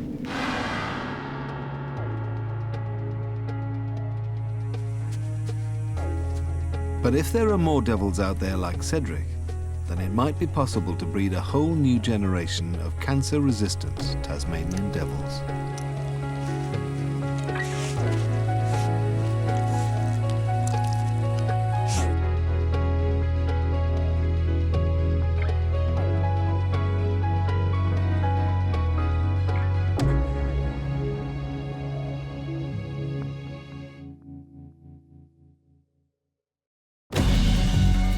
The heart of Tanzania in East Africa.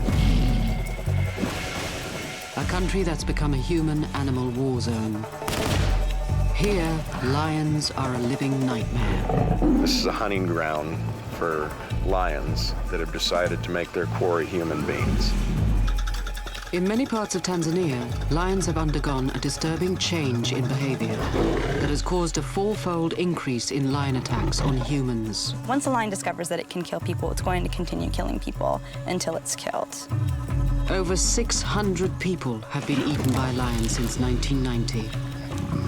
There's a general fear among these communities that these lions may strike anywhere and at any point in time. In the past, lion attacks on humans have been unusual events, but now, whole prides of lions have turned to man-eating, utilizing their formidable hunting skills to target humans. So what we're seeing here is really different than most of what you hear from anywhere else in Africa. We're talking about lions that get on a roof and dig people out. We're talking about lions that dig through a wall. We're not talking about just a regular old lion out there in the plains. Are lions now turning into serial killers? What has happened in Tanzania to upset the balance and spark such a violent increase in human bloodshed?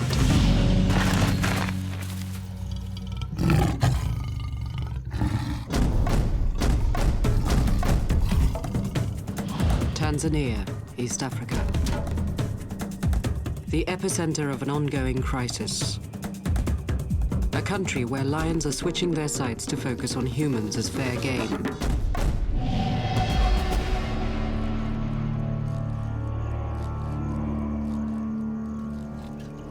On the 10th of April 2008, Musafizi Shabami, a young builder, was cycling with an older friend called Muna. They were near home, but so too was a 140-kilogram male lion running at full speed. The lion, it just came out from behind us and started chasing us. Within seconds, the lion was in striking distance of the cyclists. I was very scared. I was trembling so much I thought I was going to faint. He was chasing us and roaring. And that's when my friend fell off his bike. The lion leapt on Muna's back and dragged him to the edge of the highway.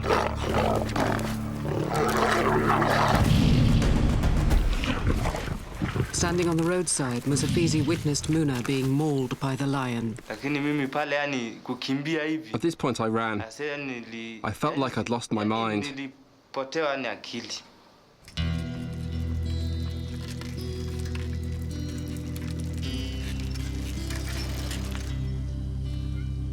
Kimu is the wife of the deceased. She faces a tough future supporting a family of 6 children. For me, he just said goodbye going to work. I couldn't believe it at all. We were sharing and contributing, but now I'm struggling on my own. Kimu's husband is just one of over 900 victims of lion attacks in Tanzania since 1990.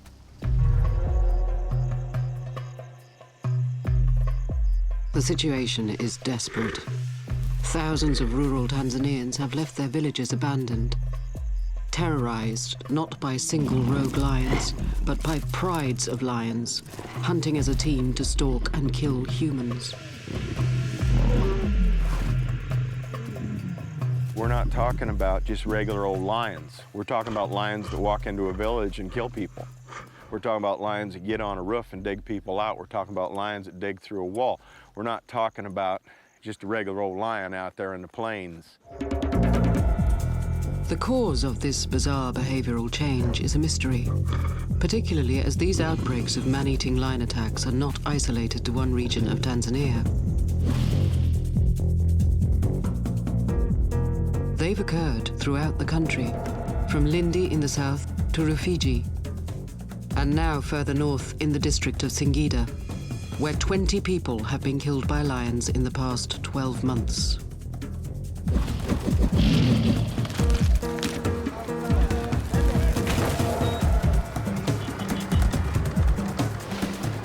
So critical is the situation, the Tanzanian government has called in the services of a big cat specialist from the United States named Darren Simpson.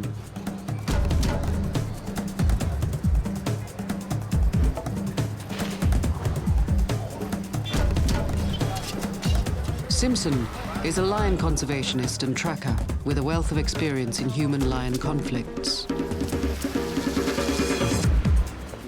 Because lions are a protected species, he will be working with a team of government rangers to track down and kill the man-eating lions that are terrorizing the region.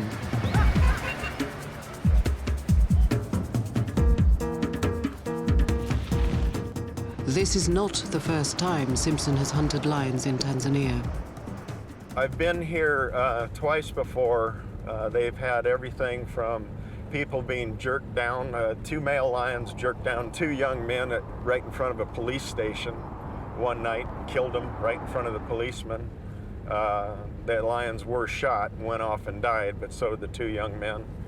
There were 2 elderly ladies sleeping in their house that were snoring, and a lion came through the thatched roof, jumped on one lady, and in her struggle, she woke up the other lady who screamed.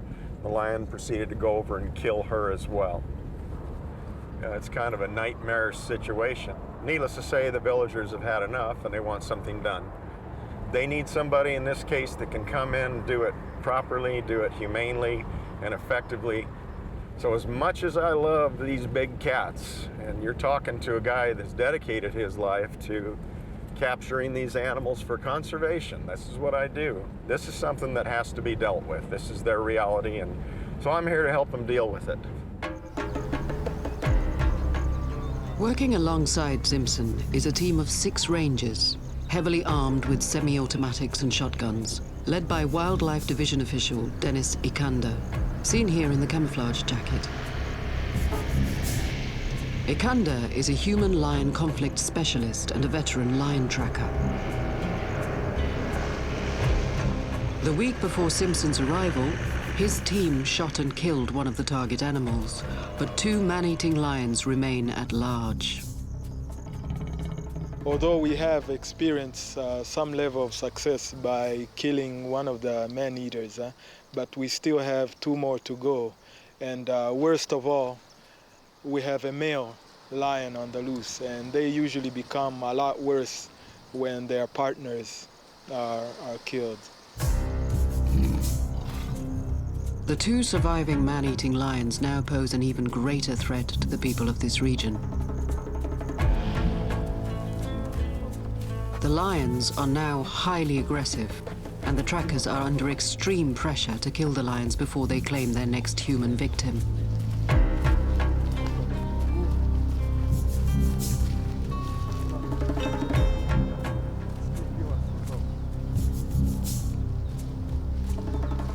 It's very difficult to keep up with these lions as they're always on the move.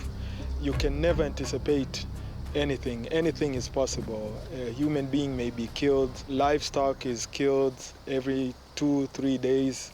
And you have political pressure from the government to make sure that you deliver. Simpson and Ikanda receive a tip-off from a local herdsman. The lions have been spotted leaving the half-eaten corpse of a donkey.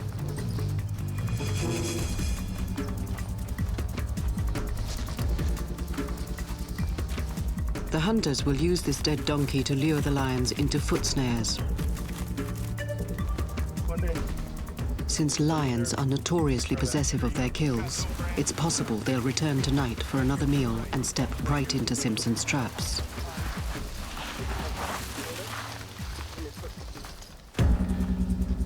Should a lion place a paw on one of these cushions, the pressure will fire a trigger, tightening a noose of wire around the lion's leg.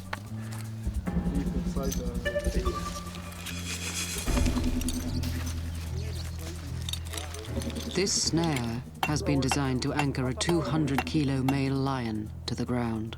Out of all this country out here, I need to make these cats put their foot inside a loop that big. The trackers are aware that well-camouflaged lions could be close by, studying their every move. Lions have strong instincts to protect their kill. The hunters remain prepared. At any moment, the two man-eating lions that have been terrorizing the Singida region could attack them in a bid to reclaim their kill. These lions have already proved that they're not afraid to ambush human beings. They have adapted to attacking and eating human beings, so they actively seek human beings as prey, and they do it very well. They have studied the environment, they have studied the community, and they pretty much, I would say, know there's a hunting team pursuing them. We want to make them go straight through here. Okay, we're going. The hunters are as vulnerable to attack from Singida's man-eaters as anyone else in the region.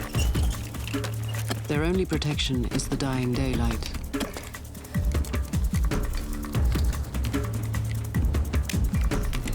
Once the sun goes down, the balance of power will shift to favor the lions. And the team will be open to an ambush from Africa's largest predator. Lions can grow up to 3 meters long, and males can weigh over 200 kilograms. Their speed, strength, weaponry, and cunning make them one of the animal kingdom's most formidable terrestrial predators.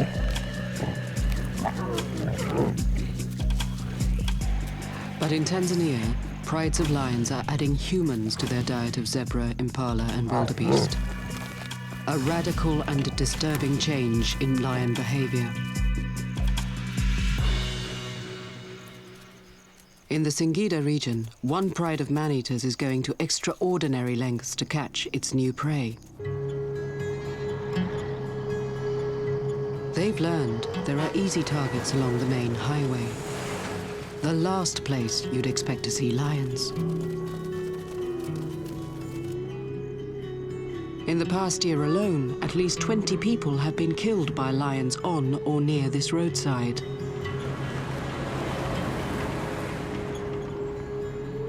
This road is now known as the Highway of Death.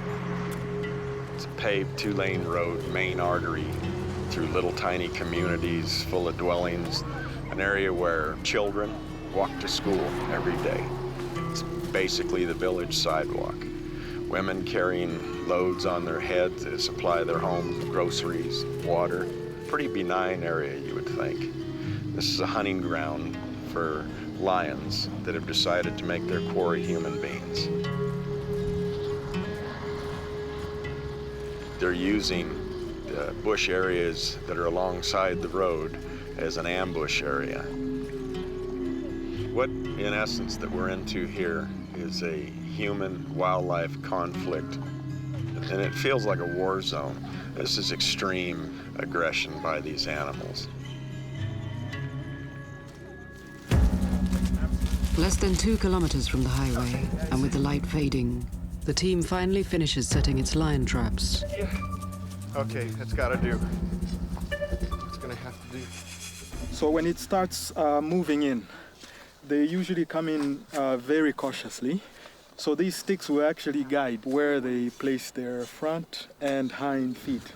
So when it gets here, it will place the first front foot between this last and second stick, and then between the second and the third, and then eventually the fourth. The lion's head will be by then more focused on the bait, and by then it will be caught, and the trap will be fired, and then it will be caught.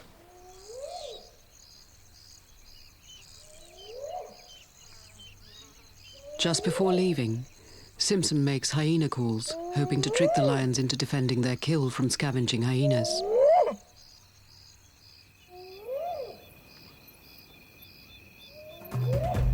Now the team must wait until dawn to see if they can catch a man-eating lion.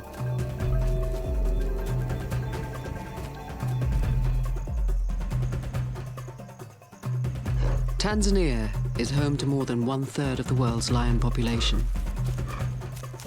Over the millennia, these super predators have lived on the plains, honing their deadly hunting skills.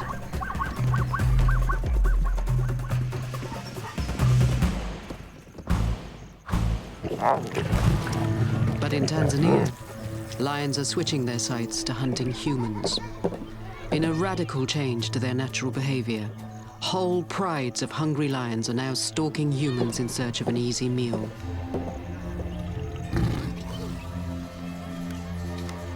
One thing we're seeing here is lions that are bold enough to walk straight into villages and take people from right near their homes when there might be a number of people right near them. And this is not a normal behavior. This is not something that normal lions will do. This is an indication that these lions have learned that people are prey, and they're actually preying on humans like they'd prey on any other animals. Hadas Kushnir, a human-lion conflict expert, has been researching man-eating lions for 4 years. Her studies suggest a startling change in lion behavior. Adult lions may now be teaching their young techniques and tactics for hunting humans. There's a common misconception that most of the lions that cause these attacks are old or sick, and that's actually not something that we found to be true here in southern Tanzania. Sometimes we find young lions, healthy lions, taking part in it. So we think that they are teaching their young. And once they view us as any prey type, they're going to, eat us just like they'd eat a gazelle. Kushnir is working in the Rufiji region to determine the reasons behind the dramatic increase in man-eating attacks here.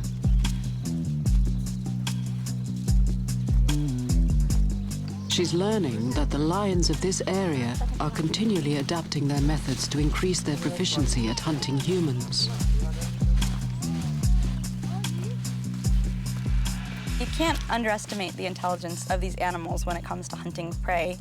They study their prey. They learn their prey's movements and their prey's behavior, and they'll adapt to how their prey is changing. This was particularly evident along the banks of the Rufiji River, used by the farming community in their daily routines. The way the villages in Rufiji are set up in this one area is that villages are on the north side of the river and agricultural fields are to the south. When the outbreak in 2002 started, early on most of the attacks were on the other side of the river, on the south side, and they were at night. But people started getting fearful. They started coming home earlier in the day, and the attacks started happening earlier in the day. And eventually, people stopped going to their agricultural fields altogether, moved back to the villages, and the lion actually swam across the river and started preying on people on the north side of the river. So they're able to adapt, they're able to learn.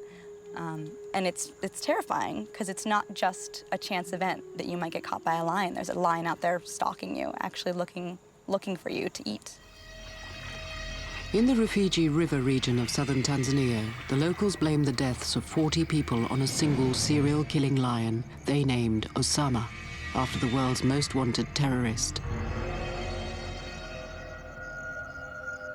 But Kushnir believes that groups of lions are responsible for the bloodshed. Generally, it's going to be a small group of individuals. There'll be males and females. But what happens towards the end of an outbreak is, through the hunting of lions, they've killed all the other lions. At the end, there's one man standing. The cases we know of, a lot of times it tends to be one male lion. The male lion might be injured already, and towards the end can wreak a lot of havoc. Osama was eventually killed by a team of government hunters in April 2004. A sign on the outskirts of Kilimani village marks the spot where the lion's corpse is buried.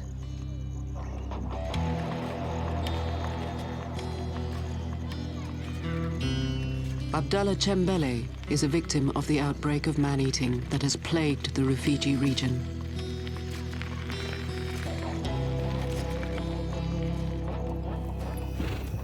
During the night in March 2003, a lion, possibly Osama, broke through a wall in his family's house, dragged his mother out into a nearby field, and ate her.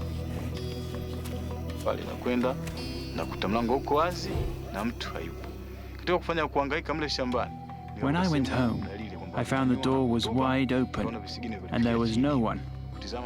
When I went looking, I could see there were some marks on the ground, like someone's elbow.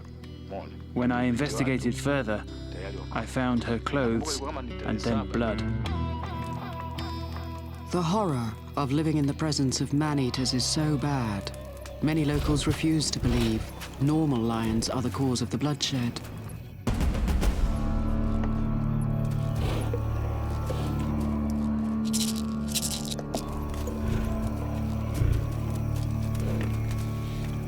Instead, they imagine these killings are the work of spirit lions, supernatural demons summoned up by enemy witch doctors and sent to destroy their foes.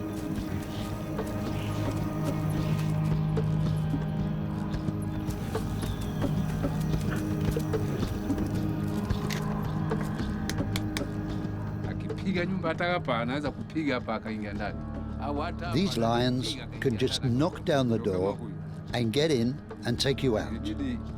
Someone sent them to come here and kill people. These are no ordinary lions. Hadas Kushnir knows about the traditional belief in spirit lions. She presumes that these supernatural explanations help people to deal psychologically with the horror of the situation. I look at them as coping mechanisms. If I had to live in a place where there were lions all the time, you know, the only way you could sort of settle that with yourself and feel better is to convince yourself that a normal lion is not what's the risk. The risk is actually some sort of spirit lion. And so a lot of people have the belief that spirit lions are sent to kill specific people. Normal lions don't kill. And that's one of the ways I think they deal with living with the fear of lions, is if you believe that a normal lion won't hurt you and it has to be a lion specifically sent to kill you, it's sort of much easier to go about your daily life. But for Darren Simpson, the explanation for man-eating lion attacks does not lie in the supernatural. The culprits are real lions, pure and simple. They are what they are. They're a lion. They're a force you have to deal with when you live around them. They're not evil. They're not spirit lions. They're not things that are sent to avenge the sins of others. They're simply a very incredible, formidable animal. That's what they are, and they are a wonder. But unfortunately, in this sort of scenario here, they just can't coexist with people when they begin to eat them on a regular basis.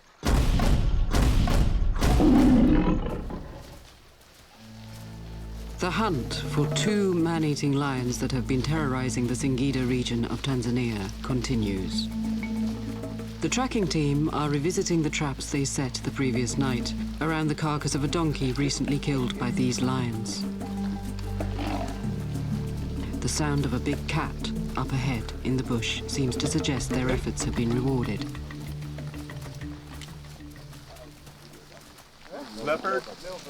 No lion? No lion, leopard. Big male. The Tanzanian government has ordered the hunters to shoot and kill any potential man-eater captured in the vicinity. Are we gonna kill him? I guess.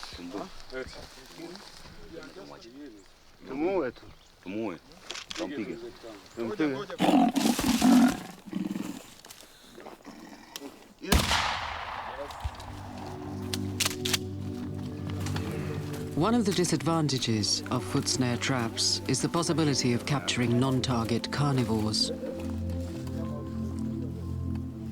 But leopards have been known to kill humans, and releasing a large predator at this sensitive time is unthinkable. You don't have option B, you know, you have to do this. It's not like we can sit down and interview them when 15 people have been killed. You know, we have to put human welfare here first. And in this area where the man-eating is at horrendous levels, we have to do something about it. It's not fun at all. You know, it stinks when you have to do that. But I don't want to see more people get killed around here. As much as people would like to think there's a possible alternative, they're not living here. They're not having their kids get killed and their mother get killed and their father get dug out of a house by a large predator. So leopards are culprits in this area as well, and they're on the list. So that's why we're doing what we're doing.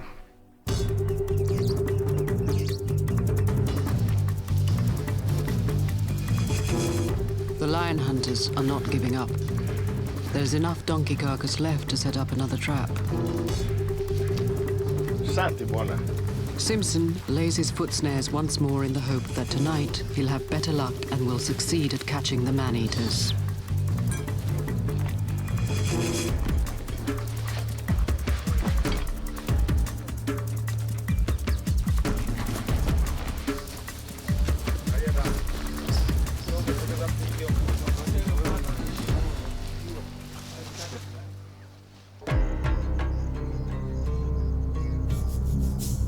One explanation for the surge in human-lion conflict in Tanzania is that the natural prey of lions like impala, zebra, and kudu has become severely depleted due to poaching and increased habitat destruction. Lions simply have no choice but to go in search of alternative prey. As lions seek out new habitat, obviously they want to go into habitat that doesn't have the presence of other dominant lions, and they want to have the presence of prey. When there is no prey and the prey's hunted out, you have substitute prey, like what's behind me right here. Livestock become the first conflict. As a consequence of preying on livestock, lions inevitably come into contact with people and discover they too are easy targets. Human beings are like little pink balloons to these very formidable predators. Herds like this usually will mean that there are herders. Then if people present themselves time after time after time, as you see here, where you have small children walking to school in lion habitat, you have women going to this watering hole every day to gather water with small children, all by themselves, a smart creature like a lion begins to figure out the easy opportunity.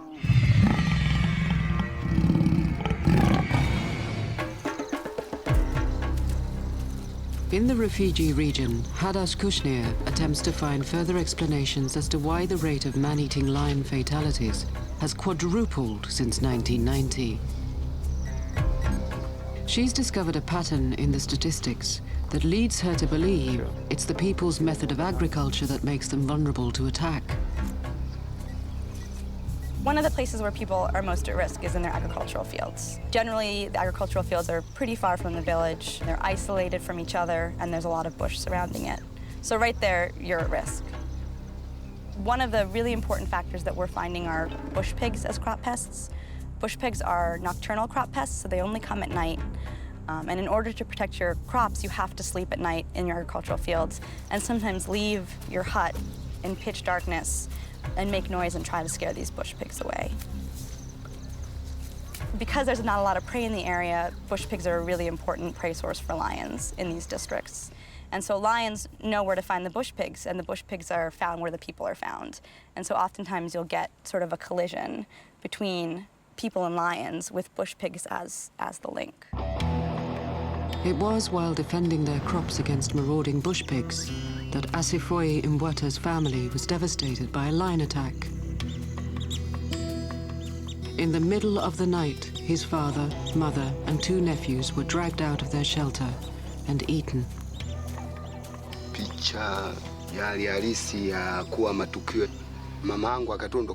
The exact picture of what happened.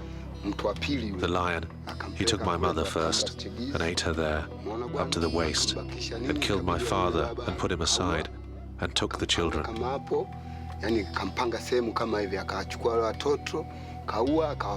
He arranged them almost next to each other,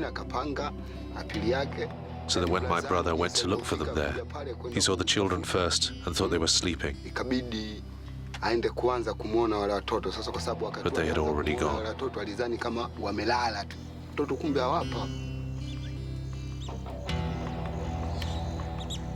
Despite this tragedy, Asifoye and his relatives continue to sleep in the fields, guarding their crops from bush pigs. He says they have no choice.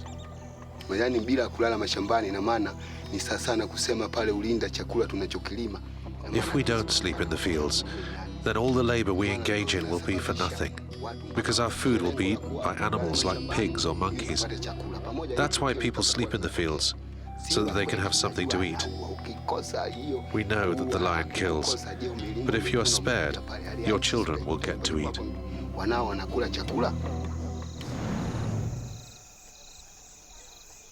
Many villagers sleep in temporary makeshift shelters called dungus that provide little protection against lions. Because the refugee villagers have no option but to be out in the fields at night, Kushnir is trying to encourage them to be more proactive in defending themselves against attacking lions. What this family has done, which is really great, they've built a dungu that's reinforced and closed on the bottom. This here is quite strong, and over here they actually have bamboo poles.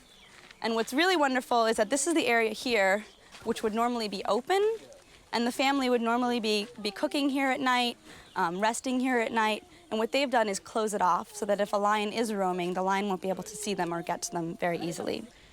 Unfortunately, not all houses are like this. There's a lot of makeshift huts out there that are constructed much more flimsy, lower to the ground, a lot of more sort of straw and palm, where lions can literally just jump in and take people from inside or even knock the structure down. The villagers of the Rufiji region are learning to live with the man-eaters. But up in Singida, man-eating lions are a new menace. The local people are panicking and their hopes lie with the government team.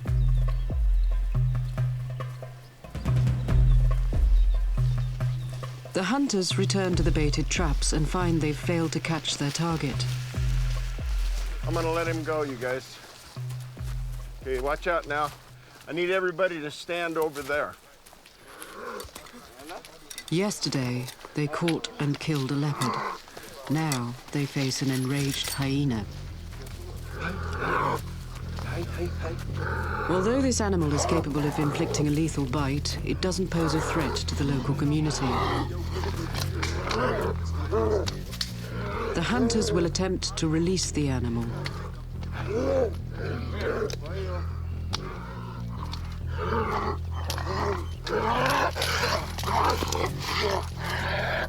Simpson takes great pains to ensure this female spotted hyena doesn't sustain any injuries.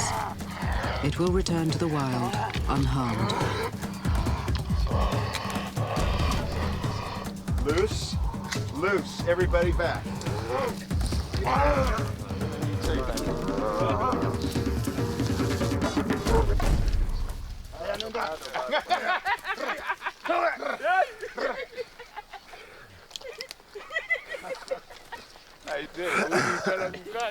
It's real common to catch spotted hyenas when you're using baited sets like this. If you go over there and you look at what's left of that carcass, and the bone chips, shank bones, cannon bones, all those sort of things, they eat them like candy bar, just like you biting through a Snickers bar. You know, that's how much jaw strength they have. So when they bite you, it's very serious. And they lock up like a bulldog. And so, yeah, that's what you got to be careful of. Having failed to catch the lions with the donkey carcass, the hunters are now employing a new strategy. That's it, baby. Talk it up. Live bait. The team has come to a watering hole where they know the lions regularly come to drink. The plan is to put 2 goats in a protective cage to prevent them from being harmed and lay snares all round its perimeter. The hope is that the lions will be drawn to the commotion of bleating goats and walk straight into Simpson's trap. Leave no stone unturned, no holds barred, and you throw as much at them as you can. So this is a little unconventional, and hopefully this will work. These are desperate measures. But will the hunters finally manage to catch the man-eating lions, believed to be responsible for killing 20 people in the past year? I really want this lion bad. I want him because of what he's doing for all parties concerned. I want him because he's starting to get real cagey on us, and it's a challenge. I'll admit that. I love catching animals that are really difficult to catch. Take great pride in that. But to catch this guy would be real special because it's going to mean a lot to a lot of people.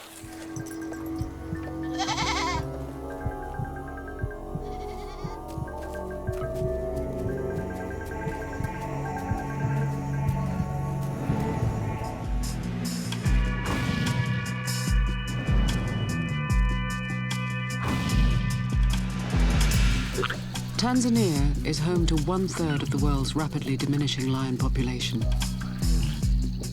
It's estimated there may be fewer than 15,000 lions left in its national parks and unprotected areas. Throughout Africa, these majestic cats are vulnerable to the loss of their prey, the threat of encroaching agriculture and the retaliation of humans for the death of their livestock.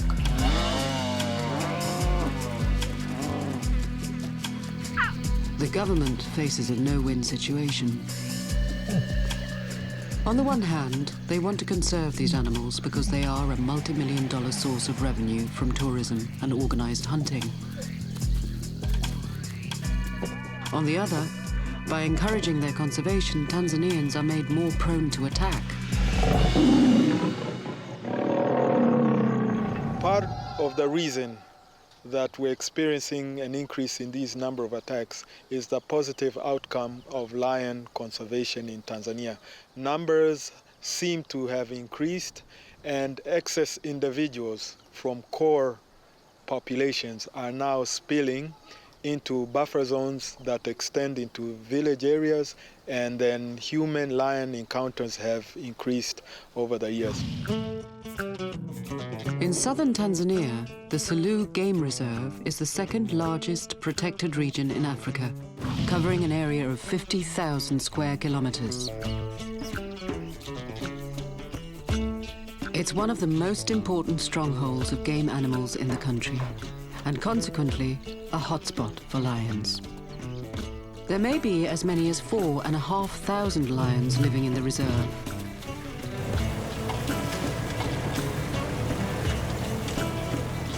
Biologist Henry Brink monitors the Selous lion population by using radio collars to track the size and extent of their range.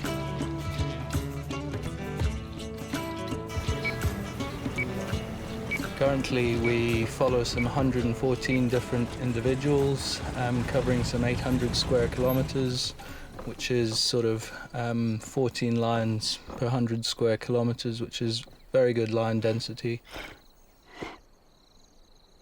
In the eyes of conservationists, the Selous lions are a success story, but there's a problem. The human population is increasing, and it's coming closer and closer to the boundary of Selous. The Selous boundary, in large parts of it, is just boundary markers. What's a marker to a lion? It goes where it wants.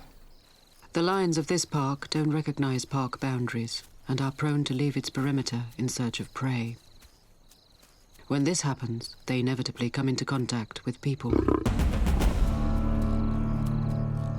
Just recently, there was on the 11th of June, a lion attacked a person just 500 meters or so from the Selous boundary in a sort of small open hut.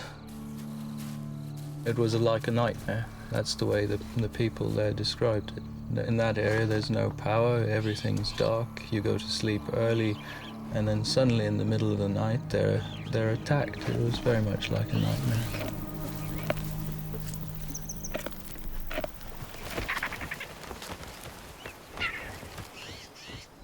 But perhaps these attacks are not as unpredictable as once thought. One of the behavior patterns observed by scientists such as Brink is that lion attacks on humans increase during the rainy season.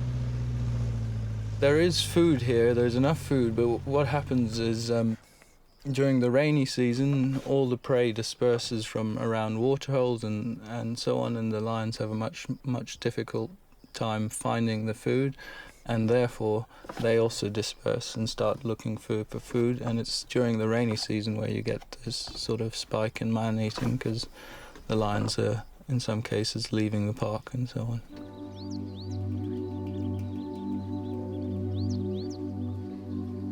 The suggestion that changes in the weather can trigger man-eating outbreaks is supported by other research.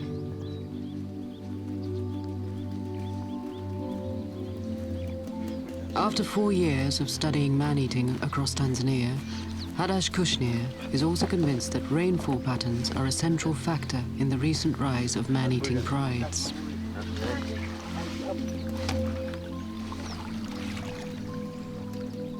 When rainfall increases, man-eating increases, and the effect can be felt right across the country.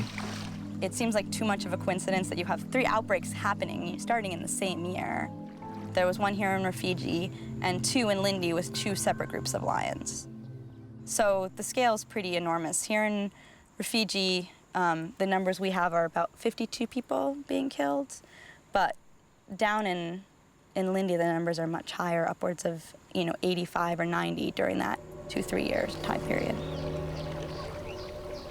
Kushnir's theory is that the ultimate cause of these simultaneous man-eating outbreaks could lie well beyond the shores of Tanzania. There's a large number of attacks in 1999, and we have anecdotal evidence that there was a lot of flooding that year. There was a El Nino in 97, 98 that caused a lot of flooding in the region.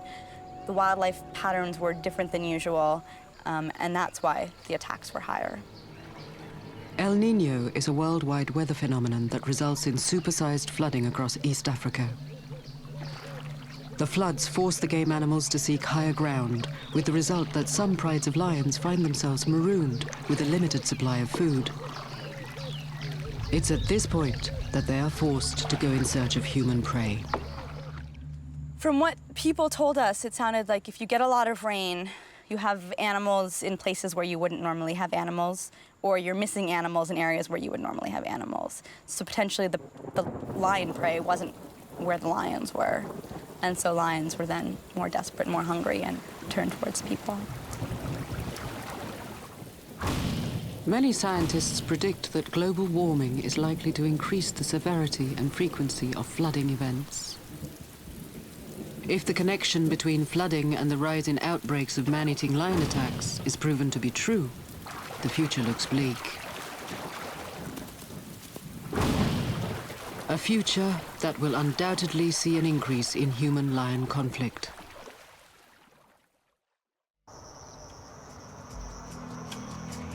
The hunt continues for the man-eating lions of the Singida region of Tanzania, where at least 20 people have been killed in the past year on or near the highway. The pressure mounts for the hunters to get results before more lives are lost to the lions.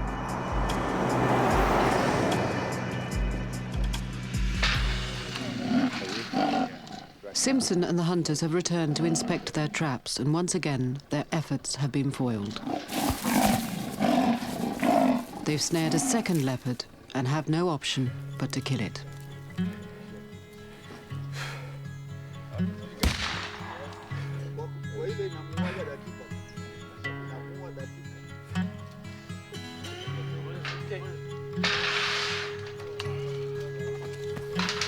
Once a lion, as well as other carnivores, begin eating humans, they will not stop. And in fact, this has led to Tanzania's wildlife policy that any large carnivore that attacks a human being, the only solution is to eradicate it.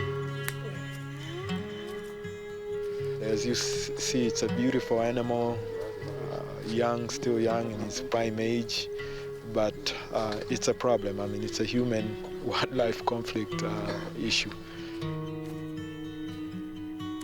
This is the stark reality of 21st century Africa, where conflict between people and large predators is rapidly increasing. Those on the front line of the human-lion conflict believe that the best short-term solution is to continue deploying hunter forces to target these animals aggressively. Without expert teams like this, local communities will deal with the killers in their own way. A path that ends in disaster for all the wildlife. What you will cause is people to take it into their own hands and begin poison campaigns. And I'm here to tell you, I've been all over this continent and I've seen the results of poison campaigns, and it's ugly. And you will not just lose 1 or 2 problem lions, you'll lose all the lions. And that's what we're trying to actively prevent. Rural Africans face many challenges. When confronted with a new foe, a man-eating pride, many people here feel they have no option but to retaliate. And they do so with devastating effect.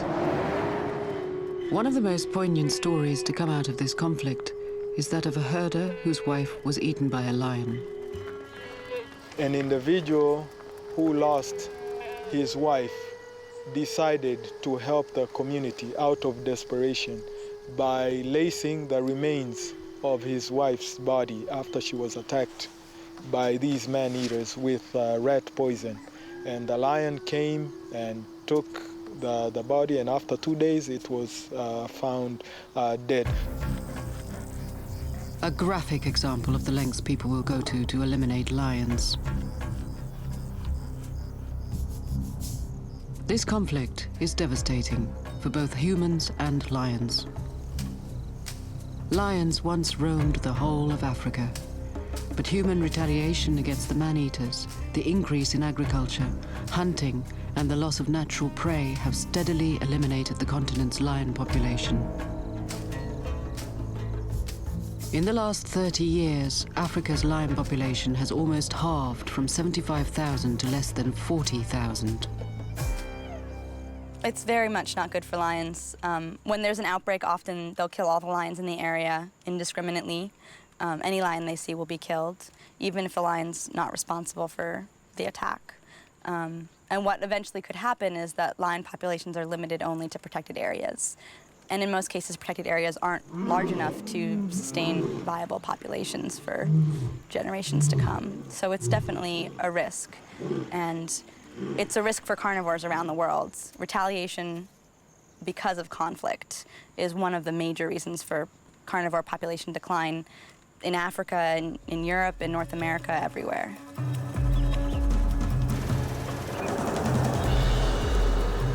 Lion biologist Henry Brink also considers a future where lions may only be found in protected areas, separated from human habitation. Tanzania has gone exactly the right way. It's set aside some 30% of its land in some sort of protected conservation status, which is an awful lot of land if you compare it to other areas. So I think in Tanzania, for example, you will have a healthy lion population in the future. Whether they'll exist outside the sort of protected areas, let's say in 50 years' time, that's another matter. It's very difficult for large carnivores and humans to coexist.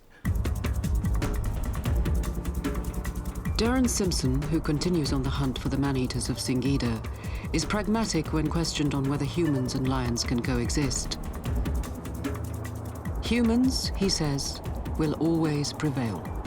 Animals always lose. Unfortunately, they're the ones that have to give. These cats no longer have a place in this particular ecosystem, and they have to be removed. That's reality.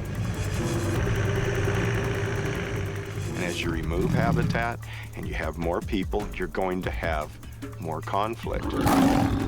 Out in this area where we are, we happen to have predators that are extremely formidable, and yet they aren't solitary. They run in prides. Unfortunately, outside conducive habitat, in an urban area, there is no conservation benefit to apex predators that are hunting regularly human beings. In the month after the film crew left Tanzania, 2 more people were killed by lions along the road the locals have named the Highway of Death. But finally, there's been a breakthrough. The male lion that had led a pride to kill at least 20 people in less than a year was caught in a cage trap.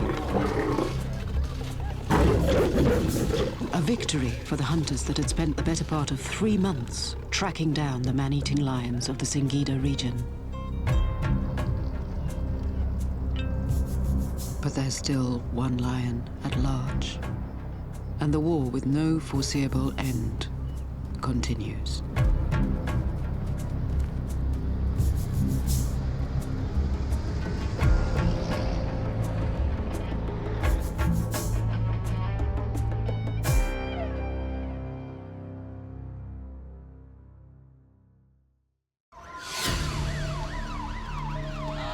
A city street in Asia.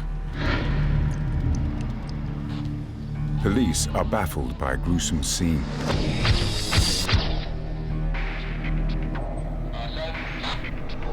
A dead body lies on the back of a truck.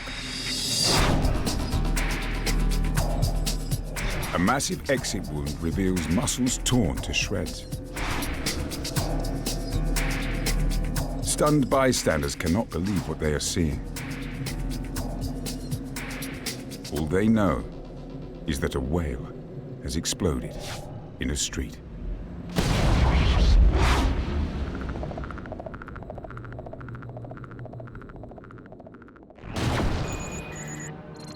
Taiwan, an island 200 miles east of China. On the southern coast of the island lies the city of Tainan. January the 26th, 2004, 6:30 a.m. and the city is just waking up.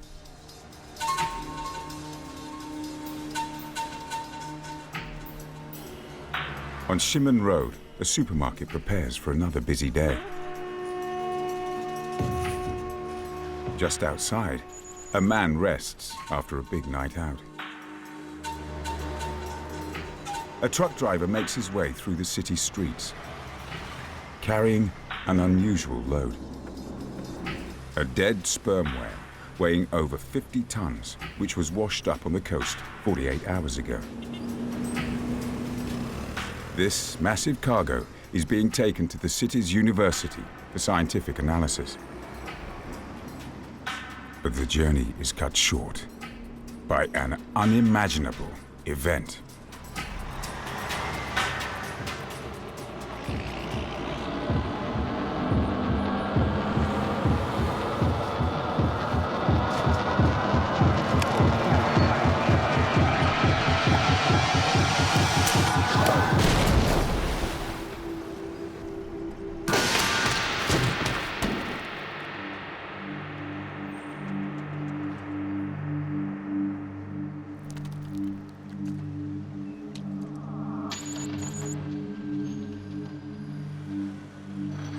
Large parts of intestine, chunks of blubber, and gallons of blood have exploded out of the sperm whale.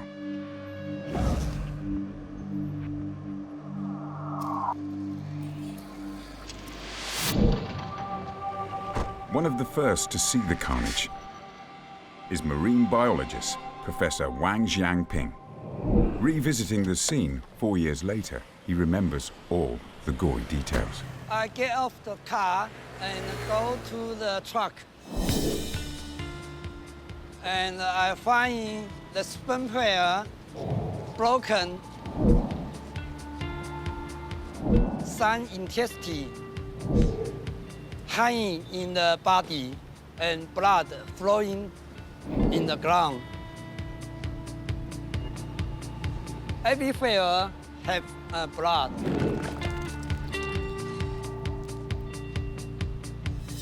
White car became red color.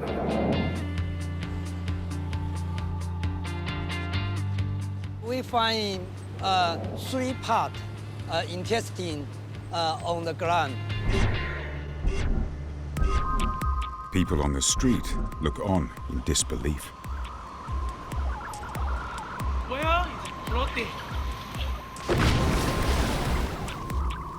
Blood. It was spreading those organs like a disaster or a big murders happening here.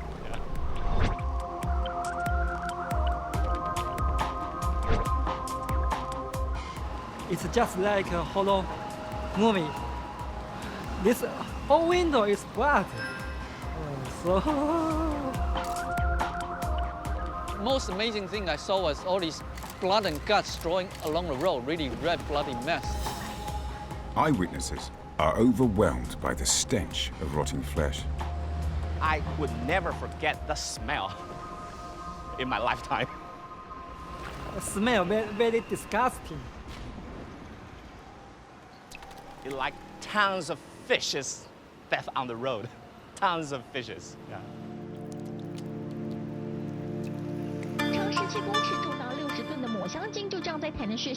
Local news cameras quickly arrive on the scene, capturing surreal images.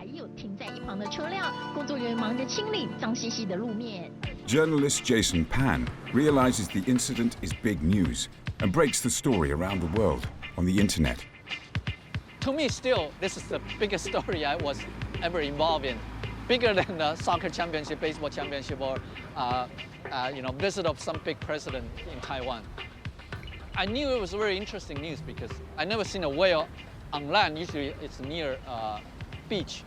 And the fact it exploded, it was something really interesting. I think it was kind of funny, also in a macabre way.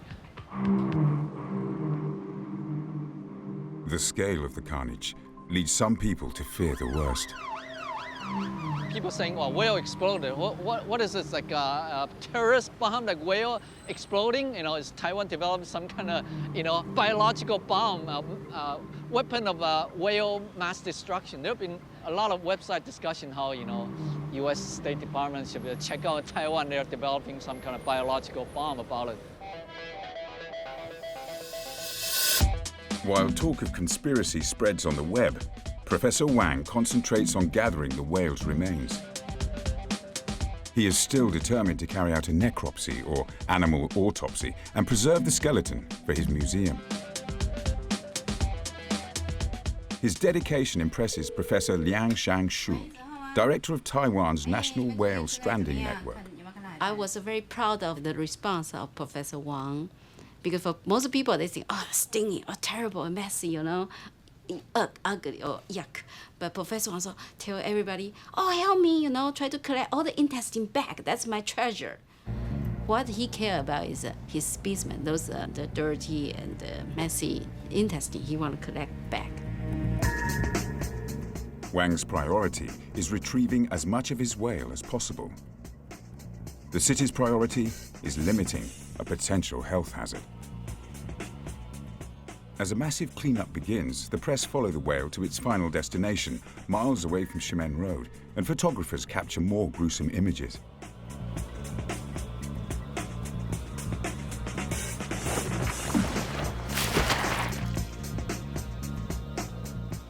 A makeshift canopy is erected over the whale, since no building on the site is big enough to house a creature of this size.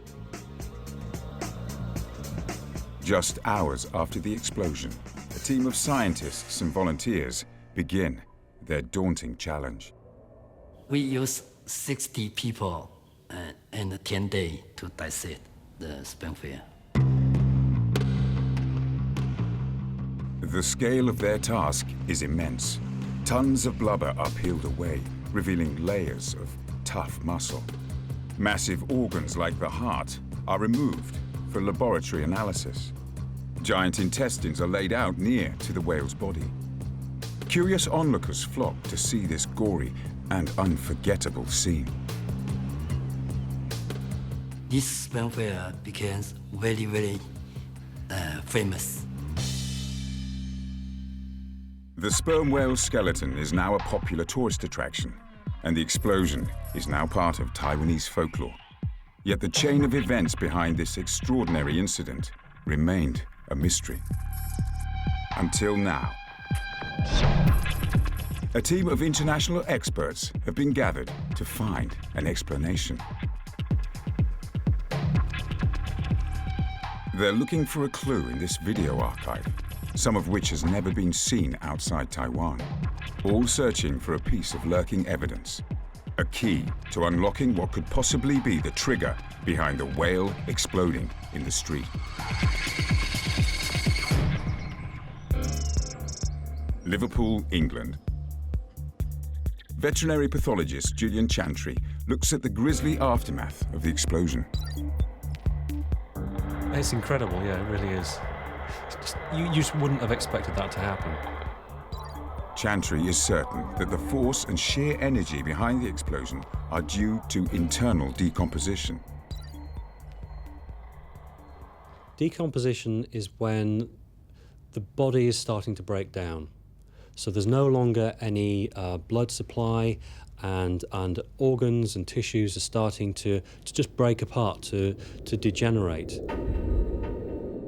Decomposition begins as soon as any animal dies. The lack of blood carrying oxygen around the body causes organs and tissues to start breaking down. As the body starts to decay, bacteria present in the gut escape and spread into the abdomen. These bacteria release toxins and accelerate the degeneration of the body proteins, which generate gases. As these volatile gases increase, they create pressure in the abdomen, causing the body to expand.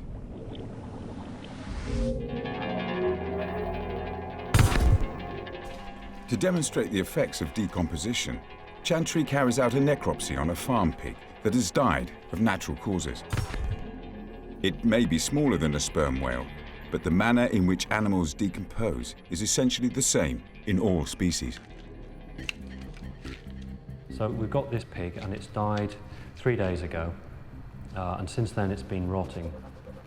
The skin is becoming discoloured because you've got an escape of bacteria, and they're spreading away from the gut then into the surrounding tissues and creating this green-blue coloration of the skin. As a byproduct, they're giving off gas as well. The gas produced internally will continue to expand, looking for a place to escape. Now, can you hear the gas coming there?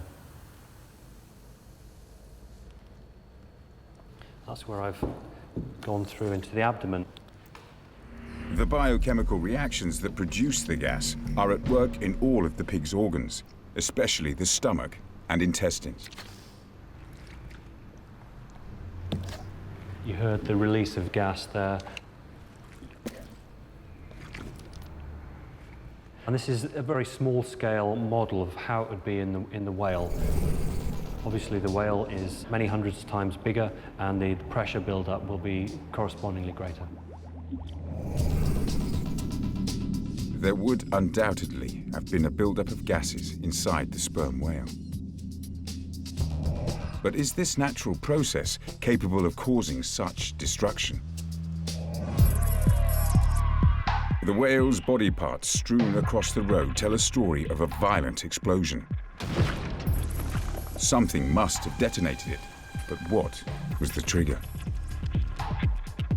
There must be more to this mystery than decomposition. Other factors never before investigated that help explain why the sperm whale blew up in Taiwan.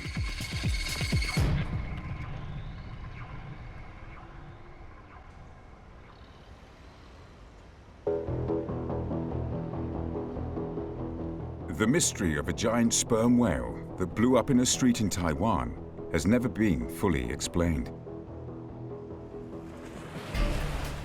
Bruce Mate has studied marine mammals for 35 years and has witnessed firsthand the explosive energy that dead sperm whales can contain. In 1979, Mate was called to help remove a dead sperm whale that had washed up on an Oregon beach.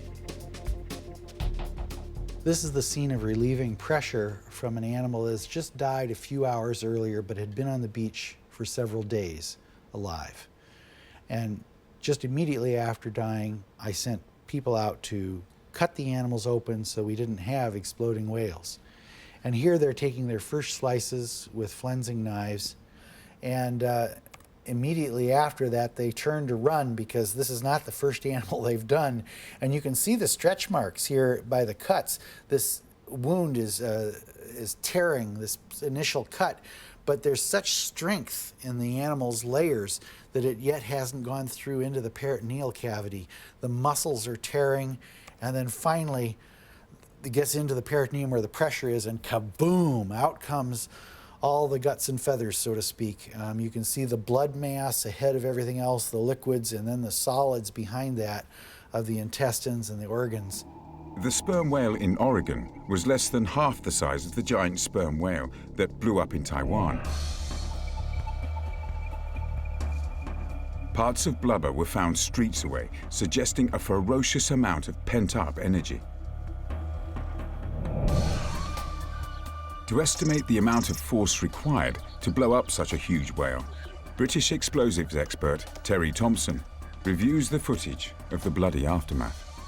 This incredible event involved a rupturing of the sperm whale's abdomen, which caused material from the sperm whale to be projected quite a large distance. For instance, here you might just be able to make out a mass of material just adjacent next to this car here. That car is about 30 metres from the sperm whale. So for that to have been projected 30 metres indicates to me just how volatile an event this was. My estimation of this would be, it would be the equivalent to between 2 to 5 pounds of TNT equivalent explosives would have caused similar damage. To test his theory, Thompson is using 4 pounds of dynamite to simulate the blast. We are going to detonate in the middle of a huge mound of peat. It will produce a tamping effect on the explosive. The peat bags are approximately the same size and weight of the body parts that were thrown across the street in Taiwan. If the peat bags are thrown a similar distance and some remain intact, then the experiment will have been successful. 3, 2, 1, fire! Good.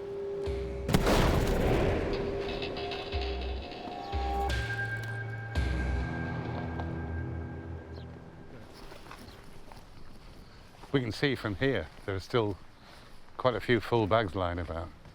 I can see a kidney there. You know, it's quite easy to imagine that that's, you know, part of the whale's intestines. And similarly with all these other bags here. Thompson's estimation looks accurate. The heavy peat bags are thrown a similar distance to the whale's guts. I think that's as near a representation of what took place in Taiwan as we could have possibly hoped to achieve. The blast required was 2 kilos of dynamite, the equivalent of 30 hand grenades.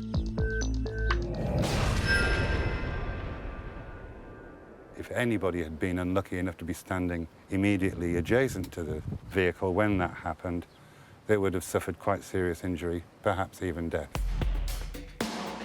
To test his theory, Thompson puts 2 mannequins in the firing line. Once again, he uses 4 pounds of dynamite. 3, 2, 1, fire! Well, we've lost 1 mannequin. Blast often is enough to seriously injure or kill people. And at that distance from the explosion, certainly would have suffered ill effects.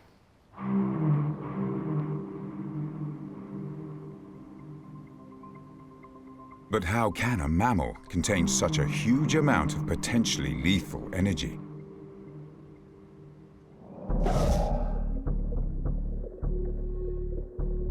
The sperm whale is an animal of extremes, uniquely adapted to resist massive amounts of external pressure exerted by the crushing depths where it dives for its food. Underwater, the planet's biggest predator can dive to 3,000 meters in search of deep-water squid, way beyond the range of many military submarines. The human body would be crushed to a bloody pulp at a fraction of that depth. But as an evolutionary byproduct, the very physique that keeps the crushing pressures out also keeps mounting internal pressure in. The same tissues that prevent them from being squashed from external pressure are the pressures that hold in this decomposition of gases. And when they're relieved quickly, it can be quite explosive. Given the exceptional tensile strength of the sperm whale, something must have weakened its almost indestructible exterior. The evidence shows that the vast amount of gore was jettisoned from the back of the whale.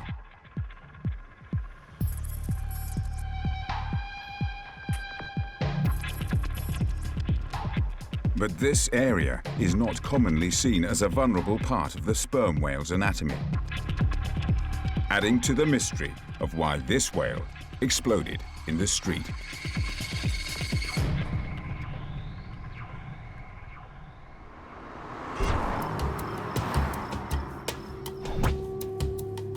Marine scientists Paul Collins and Francis Gullen study video footage of a giant sperm whale that exploded in a street in Taiwan. They are both intrigued by the location of the giant exit wound. And it's interesting, the break occurred almost along the center of the spine, the back, which is a very unusual spot for it to break and blow open.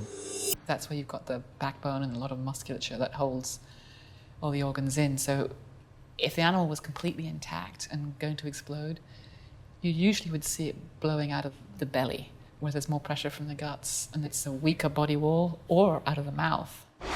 You'd expect the weak point to be on the abdominal side of the animal. So something had happened in the tissue here to create a soft spot or a weak spot. So I'm assuming there must have been something that compromised the back of the animal there. So what could have possibly damaged this section of the sperm whale? The experts look at video footage captured 48 hours before the explosion, when a strange object is spotted in the water near an oyster farm 50 miles north of Tainan. It is a gigantic sperm whale, and it appears to be alive. Fishermen see its tail, known as the fluke, moving in the water.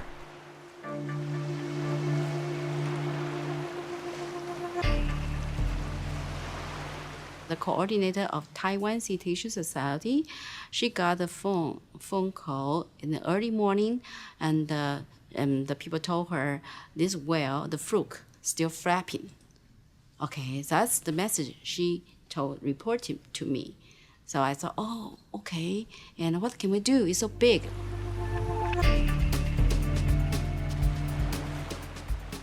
The whale becomes an urgent priority, and Professor Wang is in charge. When I hear the news, I'm excited and surprised. A big sperm whale stranded in Taiwan. Wang heads up a whale rescue team.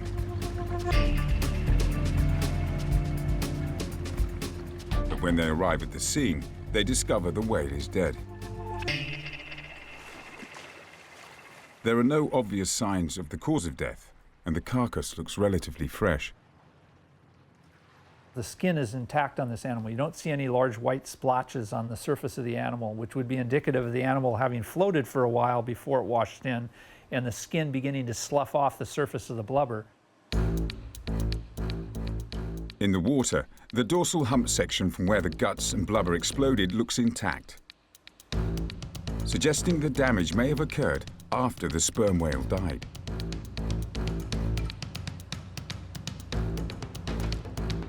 This is no longer a rescue, but still an exciting opportunity to discover more about the physiology of sperm whales.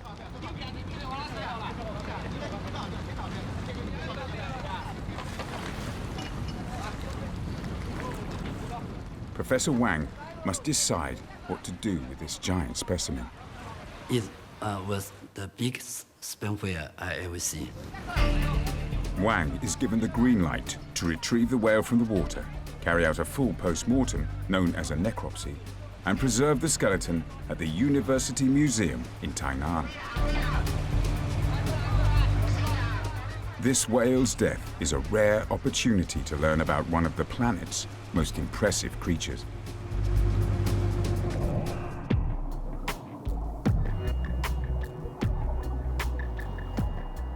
Sperm whales are probably one of the most mysterious animals on Earth. They live at depths of down to a mile deep. They swim for over 45 minutes on a single breath. On average, they come up and take 7 to 10 minutes to recharge their oxygen debt.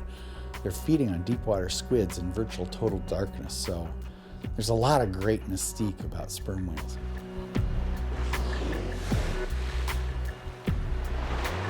Sperm whales are giants of the sea, the largest predators on the planet.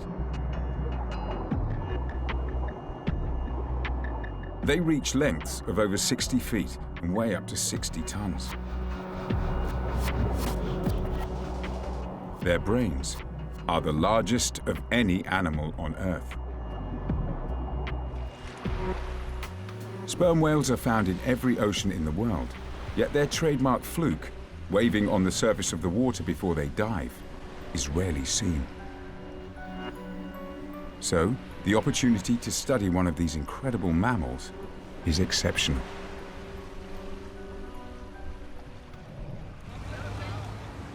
But getting this huge sperm whale out of the water is a logistical headache for Professor Wang and his team, requiring delicate handling and heavy lifting equipment.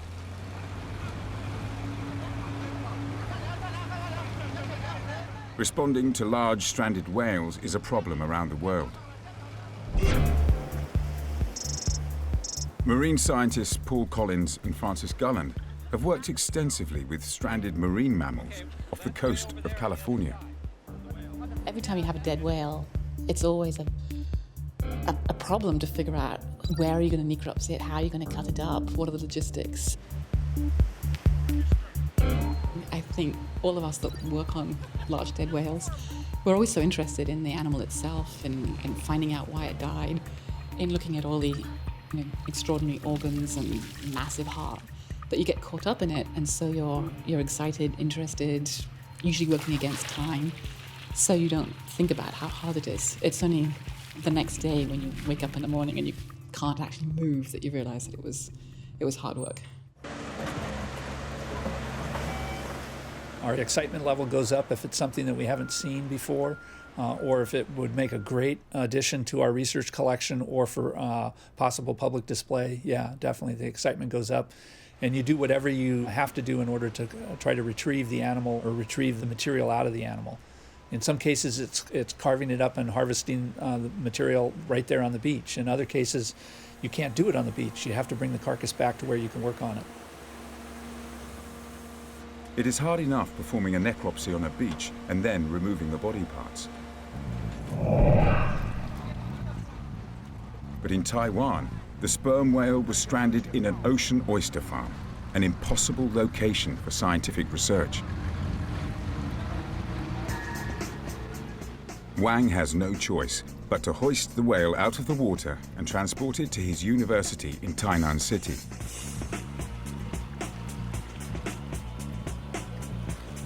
But could this difficult procedure have backfired on the professor, damaging the dorsal hump, creating a weak point which will be ripped apart in less than 24 hours' time? Paul Collins examines the sperm whale being lifted by its fluke. If you lift it by the tailstock, that's a huge amount of weight on the whole vertebral column.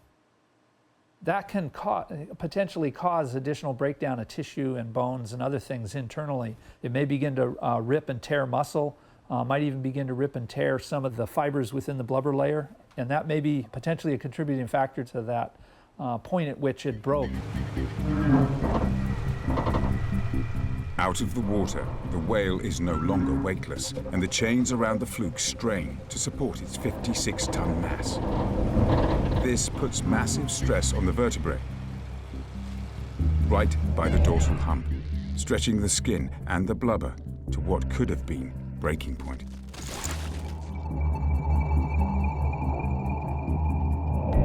The whale is too heavy for the cranes, and eventually, this lift is called off. We use 2 40-ton cranes to lift the sperm whale, but in fail because the sperm whale too heavy. So we change another 120-ton crane. 13 hours since the recovery operation began, the greater lifting capacity of these giant cranes is finally successful. When the sperm whale lift out the water, we are really happy. And the sheer size of this magnificent animal can now be fully appreciated.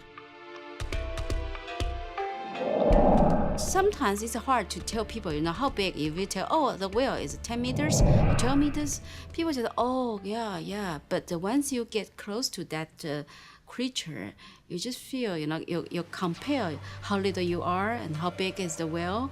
And then I think most people, they will have some special feeling. And it is suddenly clear to Professor Wang why it was proving so hard to lift. When the sperm whale in water, most body under the water, I image just 20 tons. But after we leave it out, we find it more than 50 tons. This sperm whale is the biggest one in Taiwan ever stranded. The subsequent attempts to lift the whale could have put even more stress on the dorsal hump area. And the positioning of the cable wrapped near the tail section of the whale could also be a key culprit. Oh, here's the photo that really tells the story. There are two cranes, and there are only two wires suspending the animal. You can see the forward cables cutting into the head quite a bit, but there's no pressure there. You really have to get back into the area where there's a body cavity. But the other cable is suspended exactly where the blowout occurred.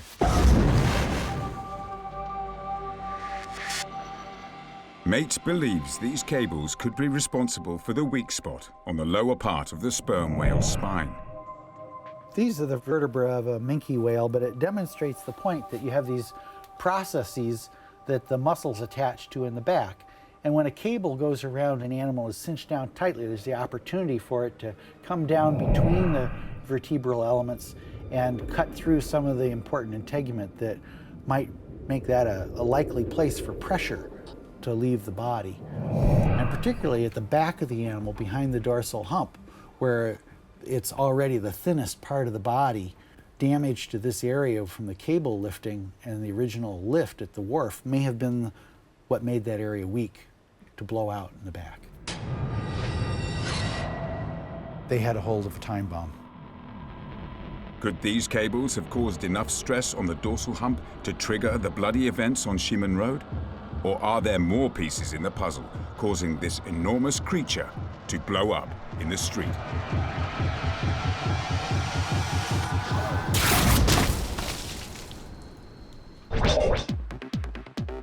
A team of experts pore over video footage of a 50-ton sperm whale that blew up in a street in Asia, attempting to solve the mystery of what caused the explosion. At this point in the investigation, the cable cutting into the lower spine is the main suspect. But now the whale is out of the ocean and no longer in the cooling waters. Other factors need to be explored.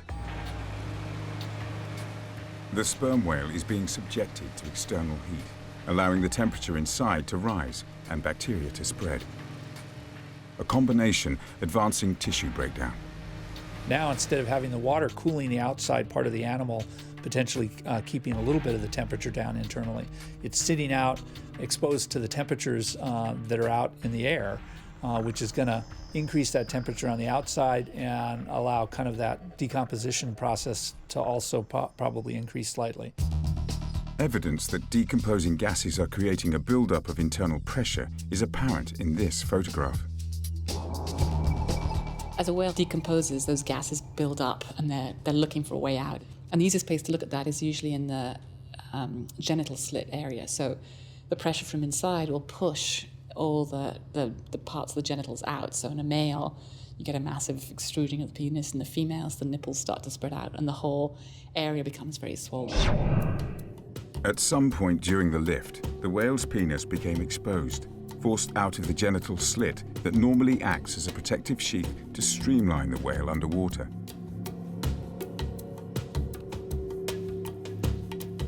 On the first lift, the genital slit remains closed. But here, hours later, after the final lift, the 5-foot penis is fully exposed. You know, those are kind of red flags that you want to pay attention to when you have a large whale carcass. And to worry about if you're going to be moving it around or keeping it out of the water for an extended period of time. But few realize this is a warning sign. For the masses who turned out to see this monster from the deep, the penis became the main attraction. Very big, large, and local people were very fascinated. And some went and tried to touch it. Many men, they look at it, they say, wow, 这真厉害, 这很厉害. They say, wow, this is amazing, this is impressive. They've never seen anything like it. Because in Taiwan, Chinese mythology, you know, like dog, deer, seal penis is aphrodisiac, and they wouldn't think of eating it. They just say this is the biggest male thing they ever seen in their lives, so they want to come close and touch it. A flatbed truck is hired to transport the whale to nearby Cheng Kung University in Taiwan for a full necropsy. But once again, the whale's immense size proves overwhelming.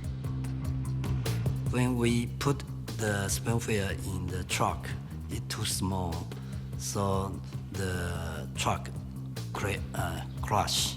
So we change a big one, 100-ton truck. By the time a bigger truck arrives, Wang's team has to work in darkness. The difficult job of securing the whale onto the flatbed may have contributed to the buildup of pressure inside the whale. Tying an animal down firmly in order to hold it on a truck definitely puts a lot more tension and pressure on that overlying blubber layer, forcing down pressure onto the internal thoracic and abdominal cavities, which the pressure just builds in a less amount of space. It's going to get higher and higher tension underneath that, and is eventually going to blow. The cables themselves, used to strap down the whale on the flatbed, could possibly have compromised the tail section. I'm going to guess that when they ratcheted the cables down to hold the animal, that the one that was farthest to the back on the truck, or just the weight of the flukes moving around at the back of the truck, caused a break through in one of the thinnest areas to the peritoneum, the inner body cavity, and that made it a thinner escape area for pressure. The whale is held overnight outside a Coast Guard inspection station because of the late hour. Inside, an associate of Professor Wang, Mr. Lin, and the truck driver are resting. But their break will be short-lived.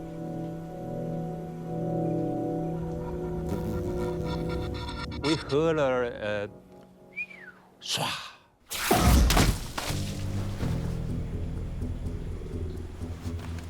So the Coast Guard on duty and the driver and me go out to find what happened. Wow, 怎么都是血啊？对，刚才到门街了，那了。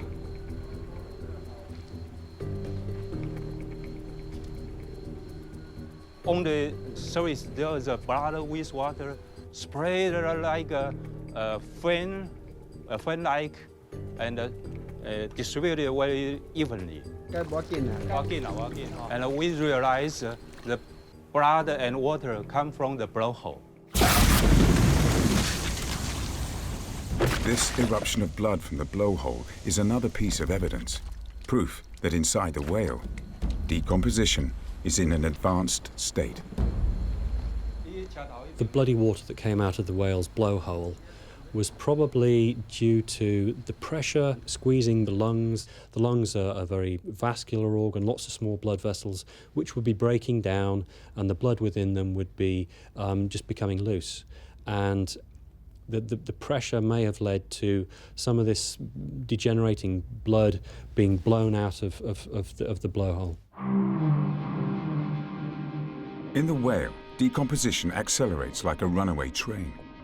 The faster internal tissues and organs deteriorate, the faster bacteria spread, breaking down the body's proteins and generating even more gas, increasing the pressure in the abdomen and intestines. As this pressure builds, all the energy searches for an escape. Just like the penis, the release of body fluid from the blowhole is a warning sign. The blood forced out of the blowhole makes Professor Wang realize his precious cargo is increasingly volatile and needs to be taken to his laboratory as soon as possible. I worry about moving the sperm whale, but we had to do it. Wang needs to get through the city while it is quiet and cool, but his plan is thwarted. His immense cargo cannot be accommodated at his university. Plan B entails hauling the massive animal to a conservation area on the opposite side of the city. It's now daylight, and the temperature rises. The whale is at breaking point. The pressure within has risen to an astonishing level. And at Shimon Road, Professor Wang runs out of time.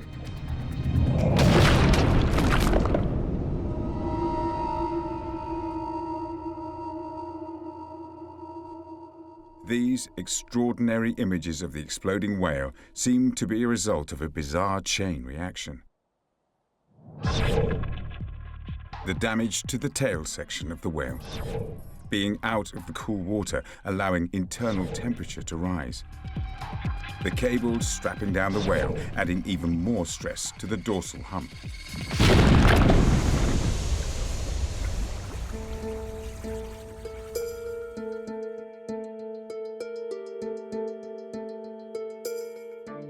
This seems to be an open and shut case, until a new scientist joins the investigation. An expert with a brand new brief that has not yet been considered. Santa Barbara Museum of Natural History, California. Whales stranding coordinator Michelle Berman studies the exit wound and blood on the street. These images may well suggest that the explosion is due to an event at sea before the whale was first spotted. It is very suspicious to me that you have this deep, dark tissue completely adjacent to this very healthy pink tissue. It looks like it's probably a hematoma filled with blood from an injury. A hematoma or bruising suggests the whale received an impact injury before it was lifted out of the water. If I didn't see the clean pink muscle tissue around it, I wouldn't be so suspicious. I would just say, oh, it looks like degradation and decomposition. But given that you can see the pink tissue around it, and then you have that deep, dark purple tissue just below it, it has the appearance of some kind of trauma occurring in that spot. And then also in the foreground here, you can see this area, which appears to be coagulated blood. It almost looks like little grapes inside here. Coagulated blood forms when the body tries to prevent hemorrhaging from some sort of trauma. Both bruising and coagulation only occur when blood is flowing through the body. In other words, when the animal is alive. But what could inflict such a huge trauma to the biggest predator on the planet?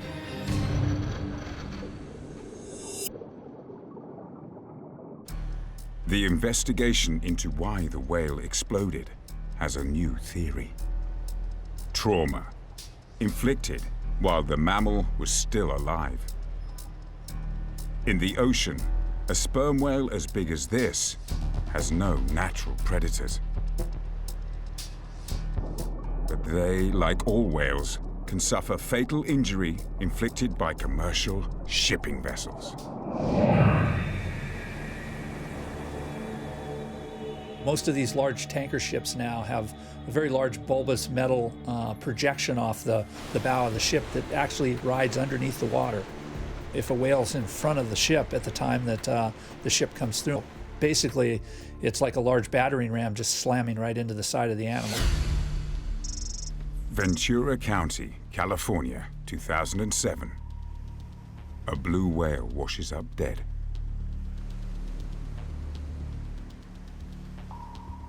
Michelle Berman coordinates a team sent to perform a necropsy. The cause of death is ship strike.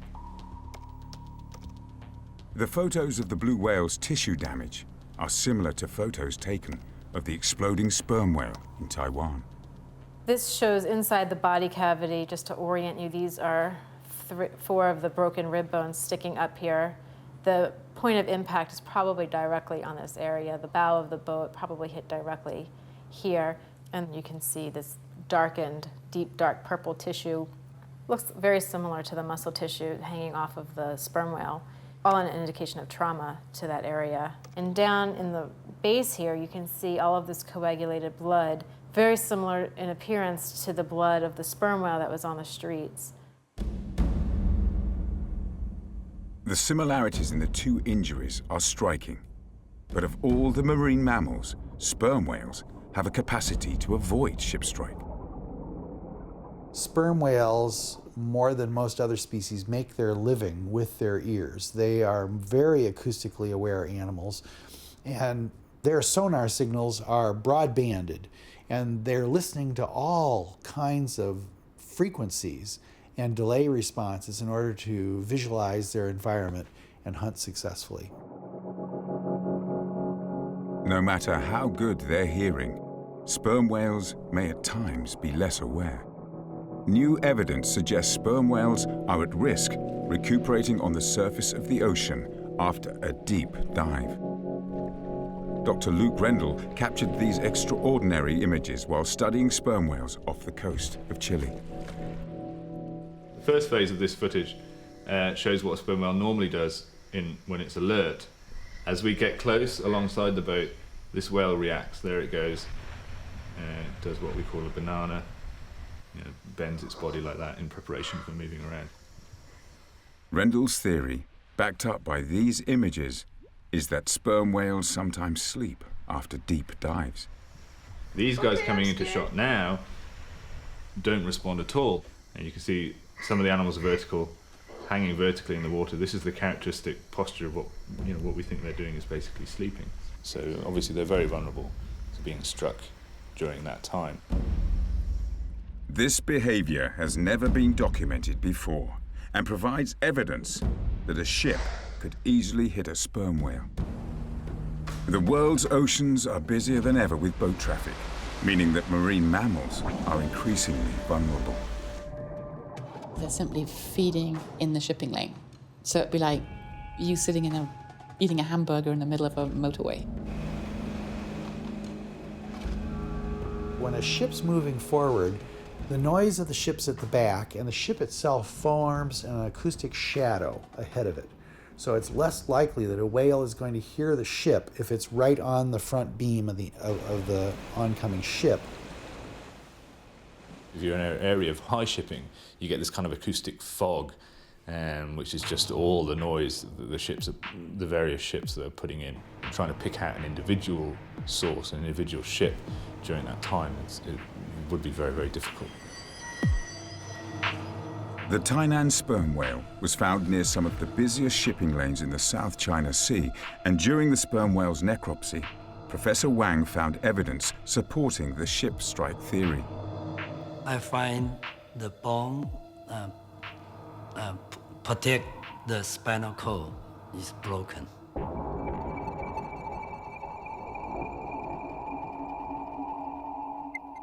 I think maybe something big crush it.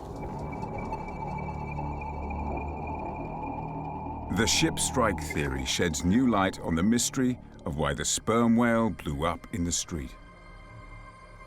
A blunt blow from a bow of a ship to the back of the animal would have caused severe internal trauma, causing a weak point in the dorsal hump area without any signs of external damage. The discoloration of the muscles and tissues in this section is very similar to the confirmed ship strikes of blue whales in California. Combined with the recovery operation, cables cutting into the dorsal hump area, and cables strapping down the whale too tightly on the flatbed truck would have made this weak point even more vulnerable. A ship strike at sea seems to be the main culprit, but all these components are accomplices, triggering this bizarre and extraordinary explosion that the people of Taiwan and Professor Wang will never forget.